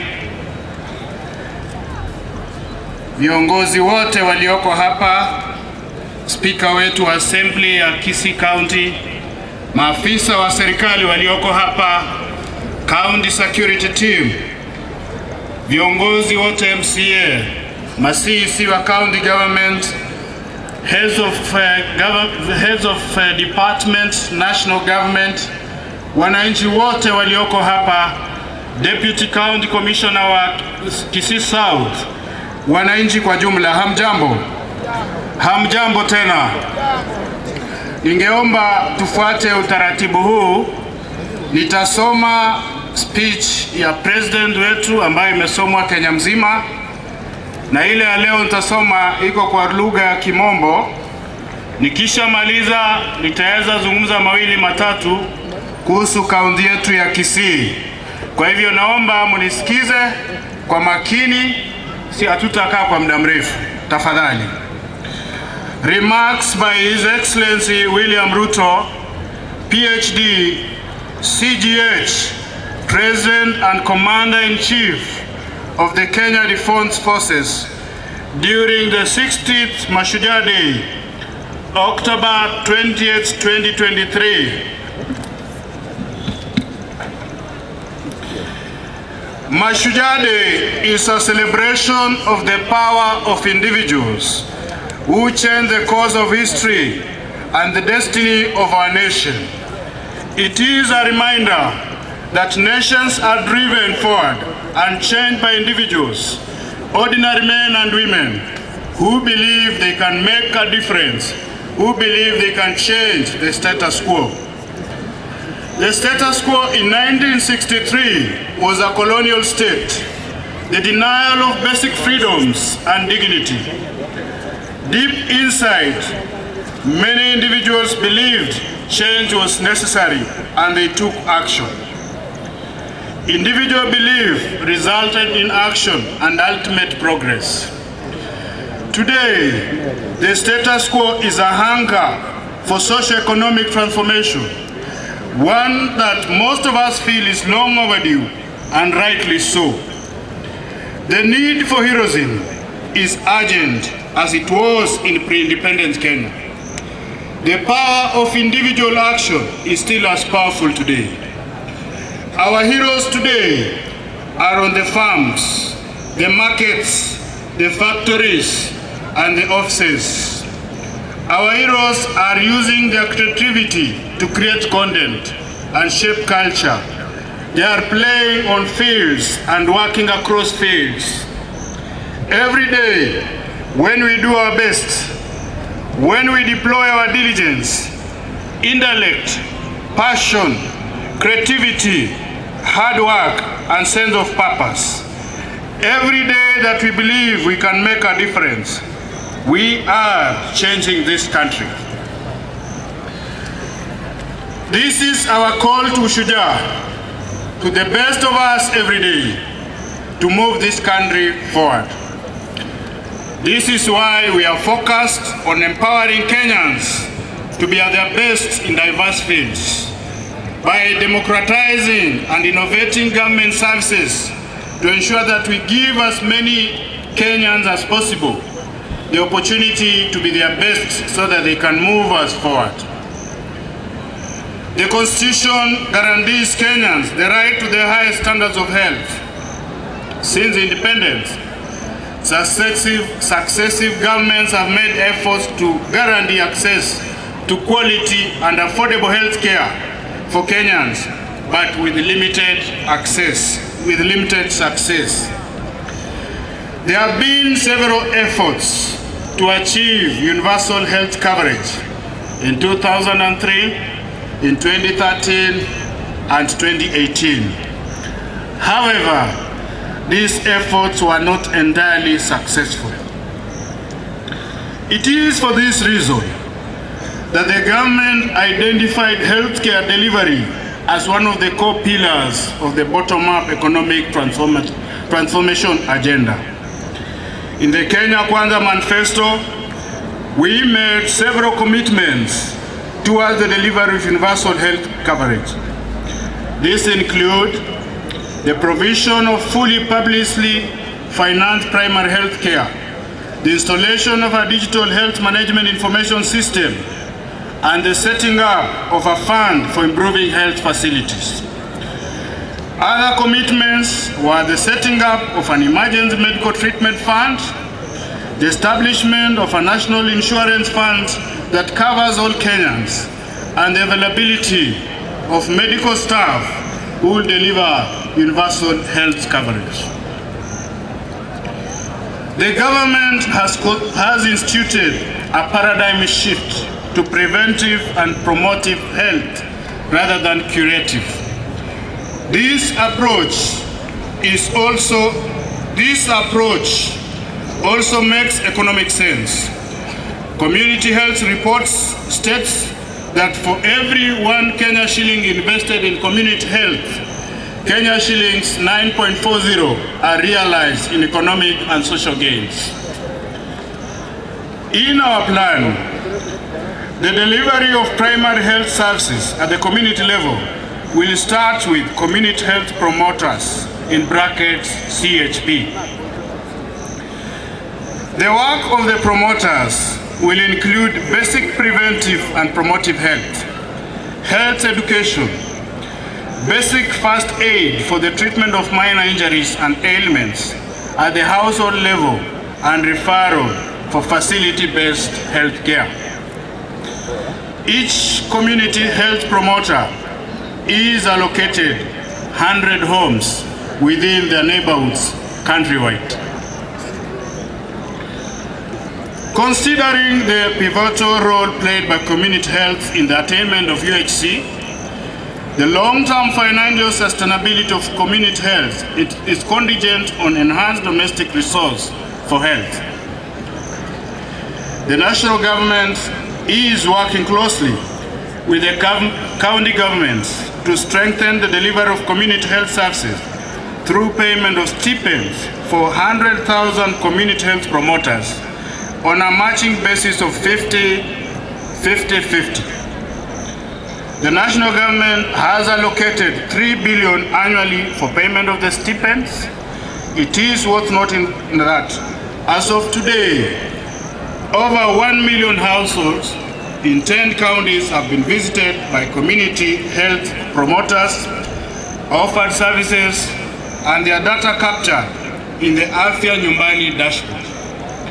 This is a major achievement. We also agreed to provide 100 community health promoters with kits, which contain basic equipment for household screening, medicine, and supplies used for service provision at the household level. Quality community health data is essential for the planning, resource allocation, and monitoring of progress towards universal health coverage. The government is committed to delivering on the digital health agenda, starting from the community level. The electronic community health information system, in brackets ECHIS, which is alive and is being used by promoters across the country, is simple and a user-friendly mobile health application that will be used to collect real-time accurate household data, initiate planning for health service delivery, and provide linkage to health facilities. Along with the CHP kits, the government has provided 110 smartphones for use by the promoters and community health assistants. The shift from curative to preventive health care will further be strengthened by the promotive services provided by community health promoters at the household units and the integration of preventive health services at the primary health care levels. These services will include screening for hypertension, diabetes, and eye conditions, offering the necessary health education on water and sanitation, nutrition, and providing community rehabilitation services, amongst others. These services will be provided through multidisciplinary teams that will be established at the level of primary care networks. To strengthen the legal basis for health financing, the health service provision and achievement of UHC, 4 new health laws have been enacted, and these include: number 1, Social Health Insurance Act 2023. Secondly is Primary Health Care Act 2023. The third one is Facility Improvement Financing Act 2023. And the last one is Digital Health Act 2023. Health insurance coverage in Kenya is generally low at 26%, with those at the bottom of the economic pyramid having the least coverage of less than 5%. Many Kenyans incur catastrophic expenditure from out-of-pocket healthcare payments, while many more do not seek care when they fall ill, because they simply cannot afford. Over the last decade, several measures have been put in place to enhance the capacity of the National Health Insurance Fund to effectively deliver on its mandate. While these reform initiatives have yielded significant progress, several gaps remain. Recent analysis shows that, amongst others, the NHIF operates as passive rather than strategic purchaser, is plagued by inefficiency and governance challenges, and is potential financial unsustainable. It is against this background that the government purposes a paradigm shift in the provision of social health insurance in the new Social Health Insurance Act 2023, which provides for the formation of Social Health Authority, which will repeal National Health Insurance Act 1998. In our plan, I promise fully, publicly, finance primary health care system, an emergency care fund, and a health insurance fund that will cover all Kenyans. This promise is delivered through the enactment of the new Social Health Insurance Act, which, among other things, establishes the publicly financed primary health care fund, a fully publicized finance chronic, emergency, and critical illness fund, and social health insurance fund. Access to health care will no longer be based on the ability to pay. It will be based on the health needs of every Kenyan. We are implementing a per household payment system where a flat rate applies to everyone, regardless of their income. Consider this, for example. Previously, an individual earning Kenya shillings 10,000 had to part with Kenya shillings 500 to NHIF, a hefty 5% of their earnings. On the other hand, those with salaries of Kenya shillings 100,000 or more contributed Kenya shillings 1,700, which was a mere 1.7% of their income. Astonishingly, even someone with a monthly income of 1 million, say the president, paid the same amount of Kenya shillings 1,700, which in essence translates to a paltry 0.17% of their substantial earnings. This bizarre setup meant that low-income earners were effectively subsidizing high-income earners. The Social Health Insurance Fund also signifies a shift to increased use of domestic resources for health financing and sustainable approach, especially at a time when resources from donors and development partners are dwindling. The healthcare system in Kenya is largely focused on curative services at the expense of preventive and promotive services. This has occasioned inequity in financing, which has disadvantaged primary health care uptake and promotion. The government mission is to build a progressive, responsive, and sustainable health system for accelerated attainment of the highest standards of healthcare for all Kenyans. The funds allocated to public health facilities have substantially reduced over the years, as they are directed to the county revenue fund and are rarely invested into the facilities.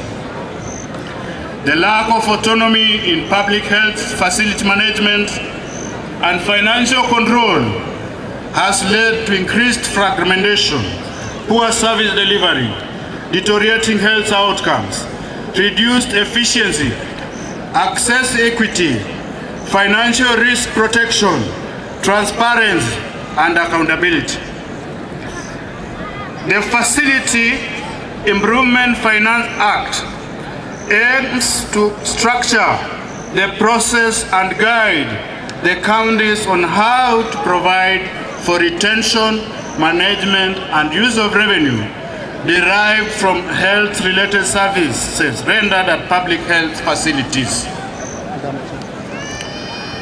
The Act seeks to ensure unified approach for health facility, financial and management autonomy, where public health facilities can retain their funds and have autonomy to operate their facilities based on their priorities. This will improve the availability of resources at the facility to provide adequate and equitable health services, increase efficiency, and thus improve health outcome for patients. Kenya has made significant strides towards digital transformation. with many sectors leveraging technology to enhance the implementation of digital products and services.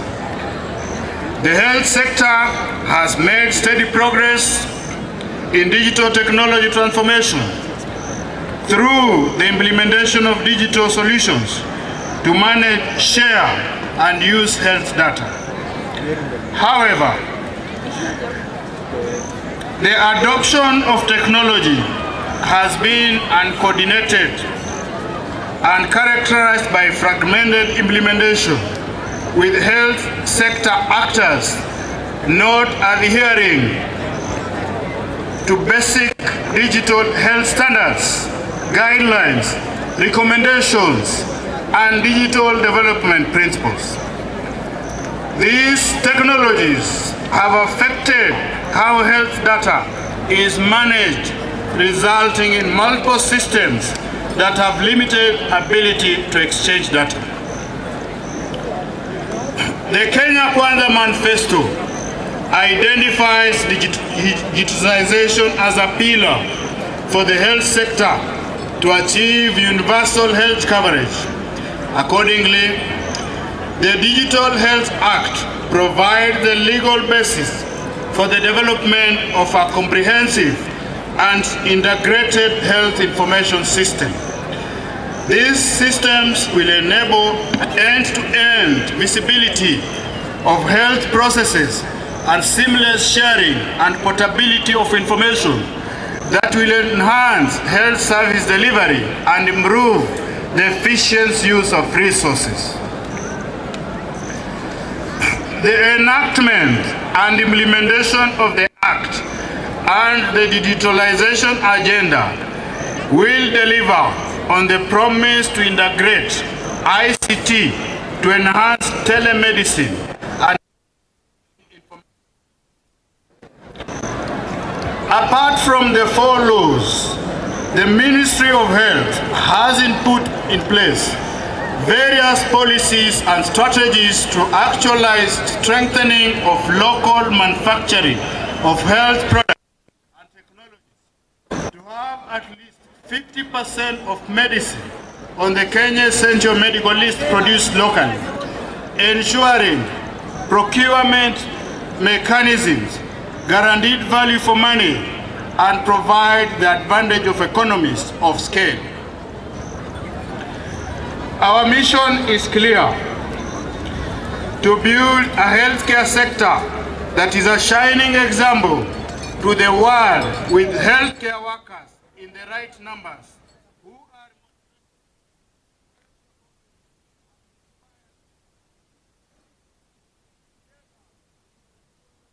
Kenyan has access to quality health when they need it, regardless of their background or circumstances.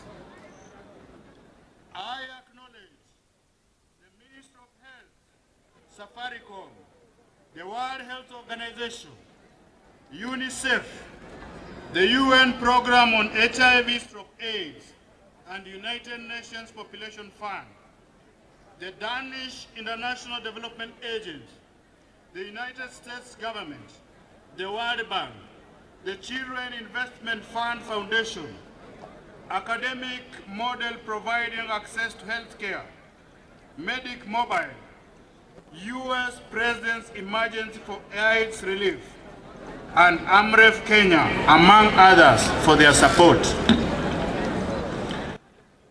Kenyans have deliberately rejected ideas and programs that limit our productivity, waste our resources, and delay our takeoff. This is why our focus on effectively lowering the cost of living is based on increasing agriculture productivity and expanding land and our other resources for production. We have rolled out an agriculture support program that provides farmers with access to fertilizer, affordable credit, and extension services. By the end of July, we had distributed 3.5 million bags of region-specific crop fertilizer in 41 counties to be registered farmers, working with county government for last-mile delivery. For the first time in Kenya, fertilizer was distributed based on acreage and the crops that farmers produce via digital e-voucher platform. The results of this program are evident across Kenya. We have placed over 200 acres under cultivation, which is more than the production obtained last year. We are looking to a bountiful 44 million bags from the long rain season and 61 million bags overall for both seasons, marking an impressive increase of over 40%. Fertilizer support for the short and rainy crops is now available at National Cereals and Produce Board's depot for the region that plant this season, including Central Kenya, Eastern, Western, and parts of the country.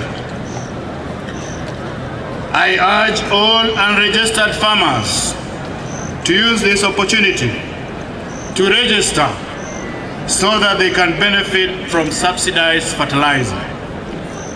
To reduce our national edible oil import bill of 1 billion, in brackets, Kenya shillings 148 billion, the government is supporting sunflower cultivation by distributing 600 metric tons of seeds to farmers in partnership with counties in Eastern, Western, and Nyanza regions during the short rain season.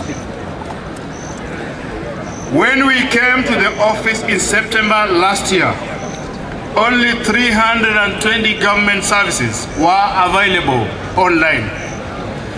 Today, there are more than 13,000 services, and we expect to onboard all services by the end of the year. This has increased efficiency in service delivery, revenue collection, and enhanced accountability. The government is currently rolling out the last mile of 100,000 kilometers of fiber optic infrastructure throughout the country to improve health services, schools, judicial offices in far-flung areas, and other public institutions. We are also concurrently setting up 25,000 Wi-Fi hotspots targeting fresh produce markets, bus parks, and other public spaces. We are also working with members of parliament in the setup of 1450 ICT hubs in every ward in the country. I am happy that the National Assembly has aligned National Government CDF Act to actualize this strategic intent. Our goal is to spur e-commerce, the creative arts, and the digital economy. The frontier of a bottom-up economic transformation agenda. We continue to make significant progress in our education sector. Immediately after assuming office last year, we ended months of uncertainty by resolving that junior school be domiciled in primary schools. We have reduced the teacher shortage by hiring more teachers in the last year. The Teacher Service Commission has recently recruited 56,000 teachers, which is half of the required number. This is the highest recruitment in the history of the Commission in 1 year and the largest such exercise in Kenya's history. In subsequent years, we commit to recruit even more. Further, In keeping with the government policy to equip Kenyan youth with practical skills and competence, the Commission has engaged for 6,000 teachers interns. Because of the centrality and value of technical and vocational training in the provision of skills, knowledge and competence, we are increasing tutors in our TVETs colleges by another 2,000.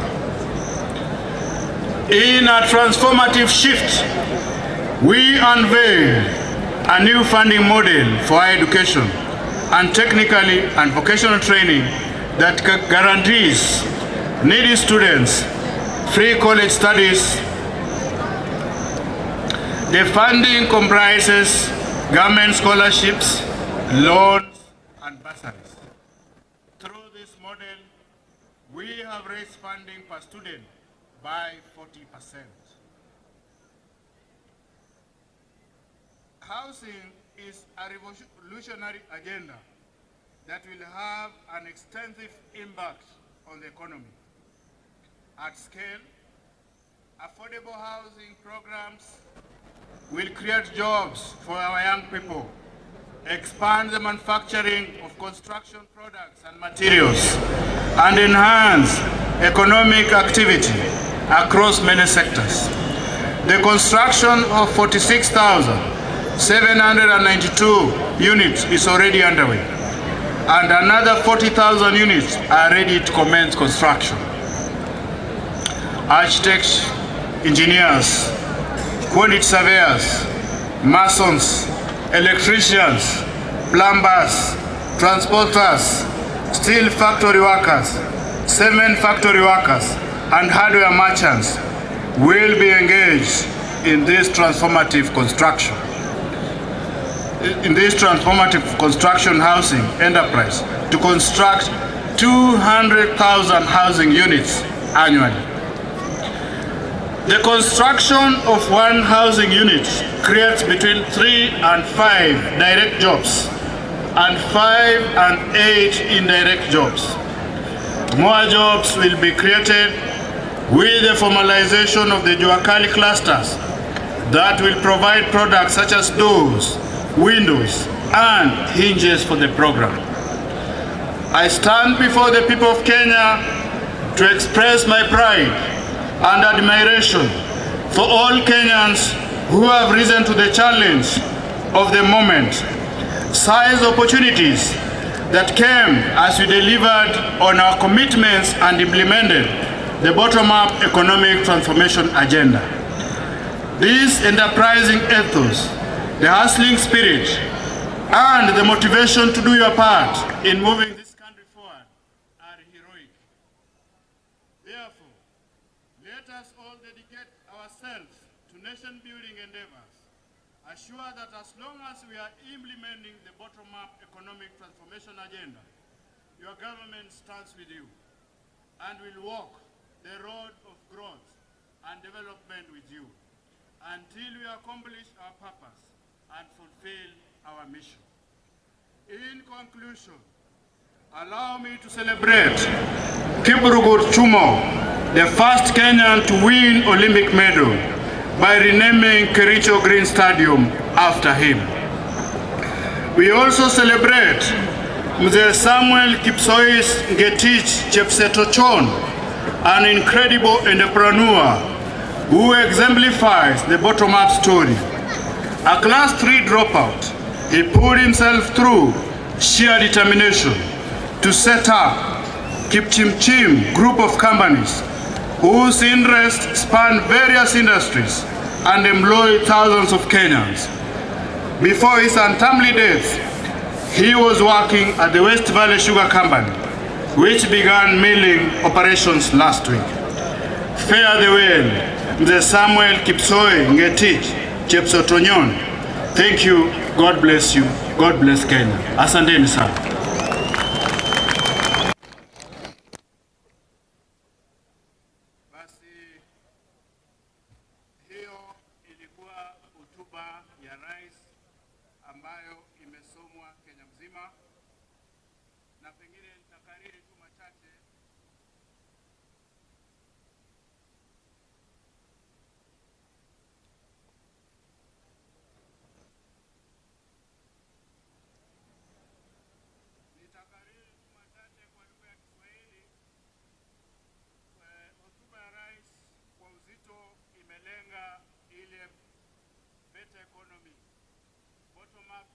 legislative agenda ambayo iko na misingi 5. Tuko na masuala ya kilimo. Kama mnavyofahamu, rasilimali ya Kenya kubwa ni kilimo. Mambo ya mineral ni kidogo, soapstone iko hapa kidogo, lakini ardhi kubwa ya Kenya wingi wake ni mambo ya kuzua chakula. Ni vizuri tuzingatie hiyo, na sasa tumepeana mbolea. Tunajaribu kufanya juhudi ifike katika kila sub county, kila constituency, ndio mkulima aweze kuongeza ile sehemu ambayo analima. Tunataka vile vile kutumia hizi CIDC katika ile hali ya kufanya value addition kupitia kwa ile processing ya mimea na vyakula. Kama mnavyofahamu, tumezindua industrial park kule Kenyenya, na tena sasa tunataka kila sub county, kila ward iwe na ile tunasema aggregation center, na itakuwa one stop shop. Tunataka cooperatives zizinduliwe hapo. Wale wakulima ambao kidogo wanataka malipo ya mapema kupeleka watoto shule, mambo ya kwenda kulipa karo, wanapata part payment hapo, na hii itapunguza mambo ya cartels, itapunguza mambo ya middlemen hapo katikati. Tunaongea mambo ya affordable housing kwa sababu vile vile kama lazima tupeane nafasi ya kutosha ya ukulima, na tunataka tupeane nafasi ili nyumba zijengwe. Ile sehemu mingi nyumba zimejengwa kwa hali ya kutapakaa, zitumike katika ile hali ya kuinua kilimo, na ni mpango wa serikali kuhakikisha kwamba kila constituency kutazinduliwa mpango wa affordable housing. Tunataka kuhimiza wananchi wasaidiane na serikali, na hii ni kusema kwamba ile ardhi ya serikali ile mtu amejipatia akaweka magorofa, akaweka biashara yake ya binafsi, hiyo ajue ameanza kujipanga, kwa sababu lazima turikave ardhi ya serikali ipeanwe kwa mipango ya serikali. Tuko na masuala ya masoko. Iko masoko yamejengwa, ingine imejengwa na county government, ingine imejengwa na national government affirmative action GAF, ingine imejengwa na national government, ingine national government imeahidi kujenga. Tunataka kuhimiza wafanyabiashara wafanye biashara na ile value addition kwenye hizo vibanda zimejengwa. Hatutaki kuona wananchi wakipoteza dhamana ya mimea ile ambayo wamekuza katika ile hali ya kuweka biashara yao kule chini. Nataka wachuuzi wote wawe na mahali ya kufanyia biashara na wajiunge kwa vikundi ili waweze kukua na ile competitive advantage. Tumeongeleshwa na masuala ya afya. Kama mlivyosikia Mheshimiwa Gavana akizungumza hapa Kisii, tuko na community health workers 2900, na hawa watakuwa wanatembelea kila sehemu, kila sub county, kila location, kila sub location kuna community health worker, na hawa wataendesha hiyo shughuli ya kutueleza yale matibabu ambayo tunahitaji. Ile watakuwa wanatupatia ile mitigation measure mapema, detection mapema ya ugonjwa ambayo tuko nayo, ili tusiende kuingia kwa hasara katika mambo ya matibabu. Sote tunafahamu magonjwa kama kansa mara nyingi inatambulika kama iko stage 4, wakati imekula pesa mingi ya familia, wakati huwezi ukaokoa maisha.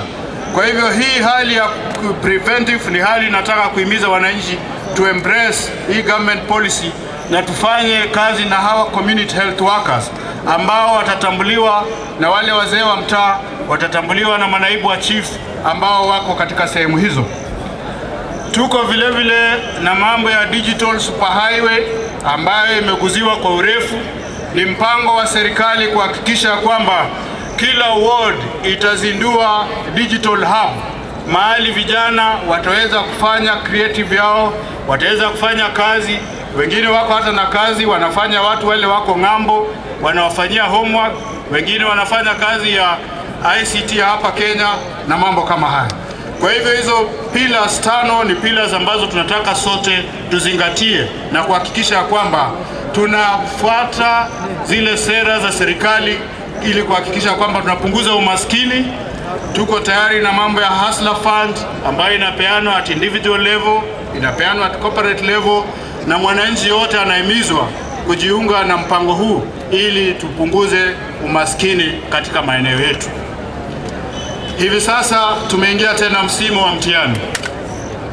Na mimi pia kabla sijazungumza mambo ya mitihani, nataka pia kuungana na wale viongozi waliozungumza mbele yangu kuwatakia kila laheri wale wanafunzi candidates wetu ambao wako hapa na wale wako katika kaunti hii, na pia kupeana uhakikisho ya kwamba tumefanya kila juhudi, tumechukua kila hatua kuhakikisha kwamba mipango ya usalama ya mtihani huu inatekelezwa ipasavyo, ili kuhakikisha kwamba hakuna swala la wizi wa mitihani katika kaunti hii.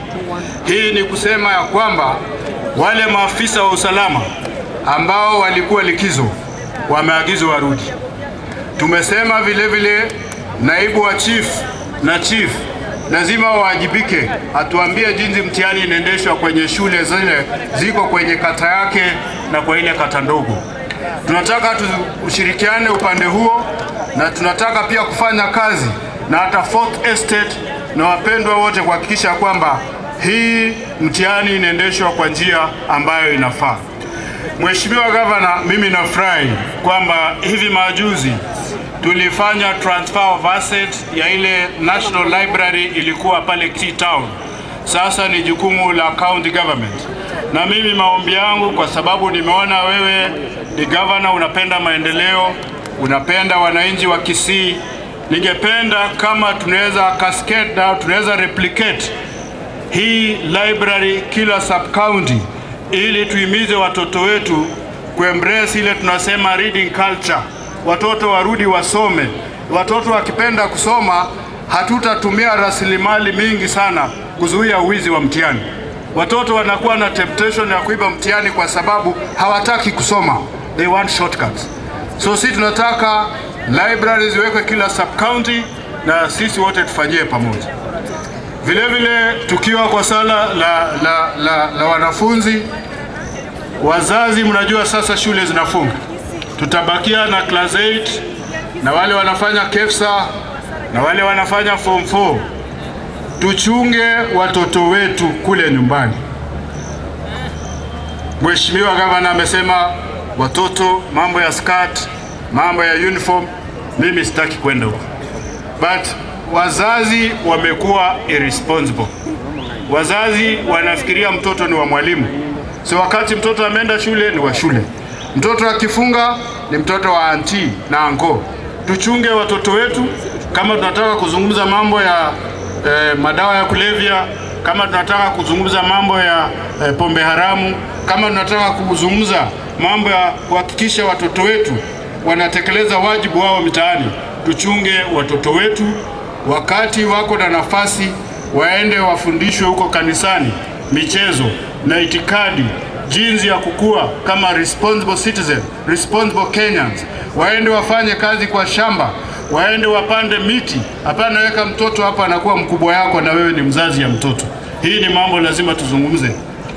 Nikimalizia, tumepewa caution mambo ya El Nino, na kweli vile Mheshimiwa Gavana alitaja, tuko na kamati active at the county, na tumesema pia all the 11 sub counties must be able to replicate the same, na tumefika kiwango hiyo.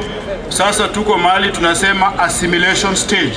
Tunataka kutekeleza, kuonyesha wananchi yale mambo tulizungumza. Kwa mfano, kuna sehemu miti ziko za hatari, hizo miti zikatwe. Kuna sehemu tunasema kuna landslide, tunataka wale wananchi wako sehemu hizo watoke, waje sehemu ambayo iko safe ili wasihatarishe maisha yao. Iko mambo ya drainage. Kwa mfano, hii barabara ya kutoka Kisii kwenda Kilgoris, nimemwagiza engineer wa KENHA kuhakikisha hiyo drainage imefunguliwa kabla ya hiyo mvua hatari haijafika. Nataka kumalizia kwa kusema, nataka kupongeza wafanyikazi wa serikali walioko hapa, na viongozi wote walioko hapa wakiwa wameongozwa na gavana wetu. Hapa Kisii mapema mwaka huu kulikuwa na vituko, lakini tangu tu reorganize hii timu ya usalama iko mabadiliko. Tumeleta mazingara ya kufanya kazi. Nataka kupongeza county security team kwa ile kazi wanafanya, na tumehamisha wale maafisa wa usalama ambao walionekana wanashirikiana na wahalifu na kuchangia kwa utekelezaji wa pombe haramu na madawa ya kulevya.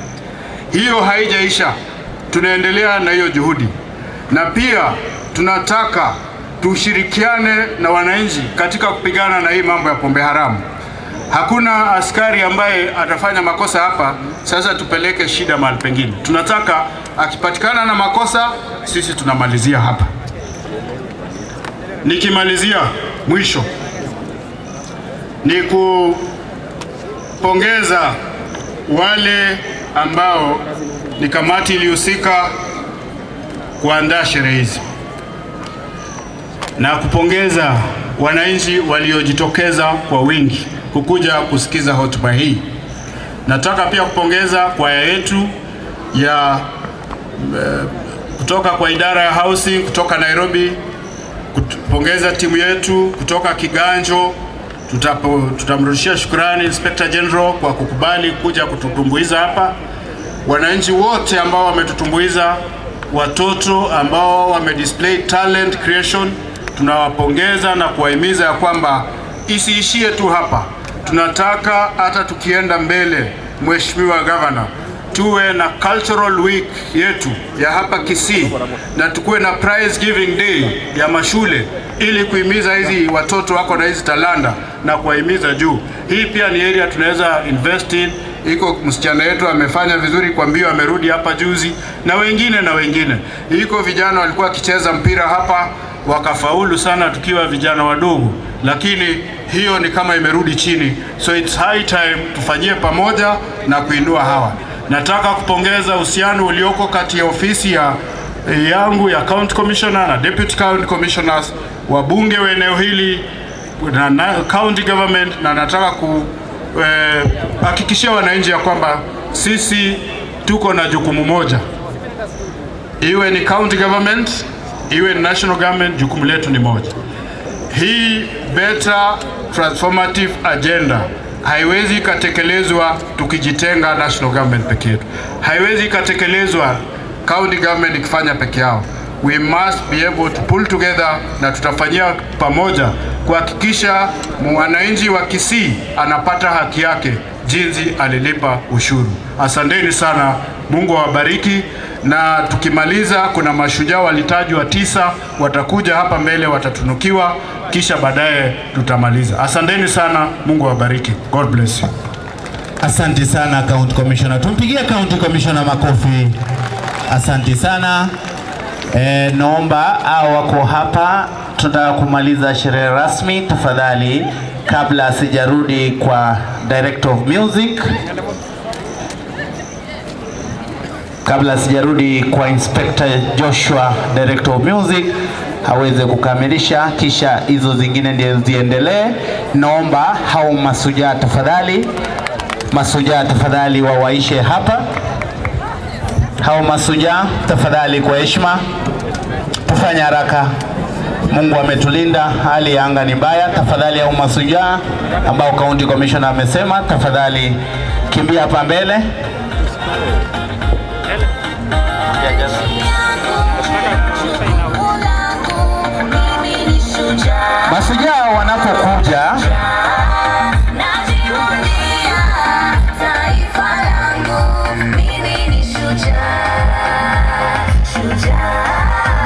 Mashujaa wanapokuja, kuna mtoto mdogo ana acrobatic moja hapo tunapopanga. Tafadhali, mtoto amefanya hii mpaka nationals. Fanya anzi hapo mami kidogo. Mashujaa wanapokuja, mashujaa tunaomba msogee mbele. Huyu mtoto amefanya hadi nationals. He was the national champion katika mambo ya michezo. Tunamheshimu, pigia makofi tafadhali. Ona hata gavana anaangalia ameshangaa mtoto. Kako ni katoto kadogo kutoka shule hapa kanafanya acrobatic. Haya toto, maliza kidogo. Waachia hapo basi. Watu wamestuka. Enda usalamie gavana kwanza. Enda usalamie gavana toto. Enda usalamie gavana na deputy governor na county commissioner. Your Excellency, mtoto alifanya hii hadi nationals na akawa number 1 kutoka hapa Itierio Girls Boarding. Asante sana. Mashujaa niliambiwa ni 10 county commissioner. Wako 10 na shangaa Mashujaa wako zaidi ya 20. Deputy County Commissioner Joseph Ayencha, Michael Omete, songa mbele. Bishop Stephen Yakoi, songa mbele. Onyoni Sakawa hayuko. Ani Nyaboke nikikuita ndio unaenda huko. John Mosioma Onyoni ameingia. Ernest Omweri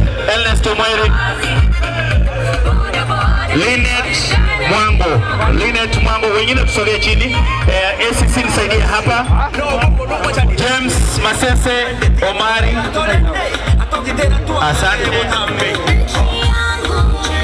Florence Ondieki, hao ndio nimepewa barua na Deputy County Commissioner. Msalamie gavana. Pigie makofi gavana wetu anapopewa zawadi mashujaa wetu ambao mashujaa wetu wa hapa. Pigie makofi tafadhali gavana wetu. Nije ijaza hiyo.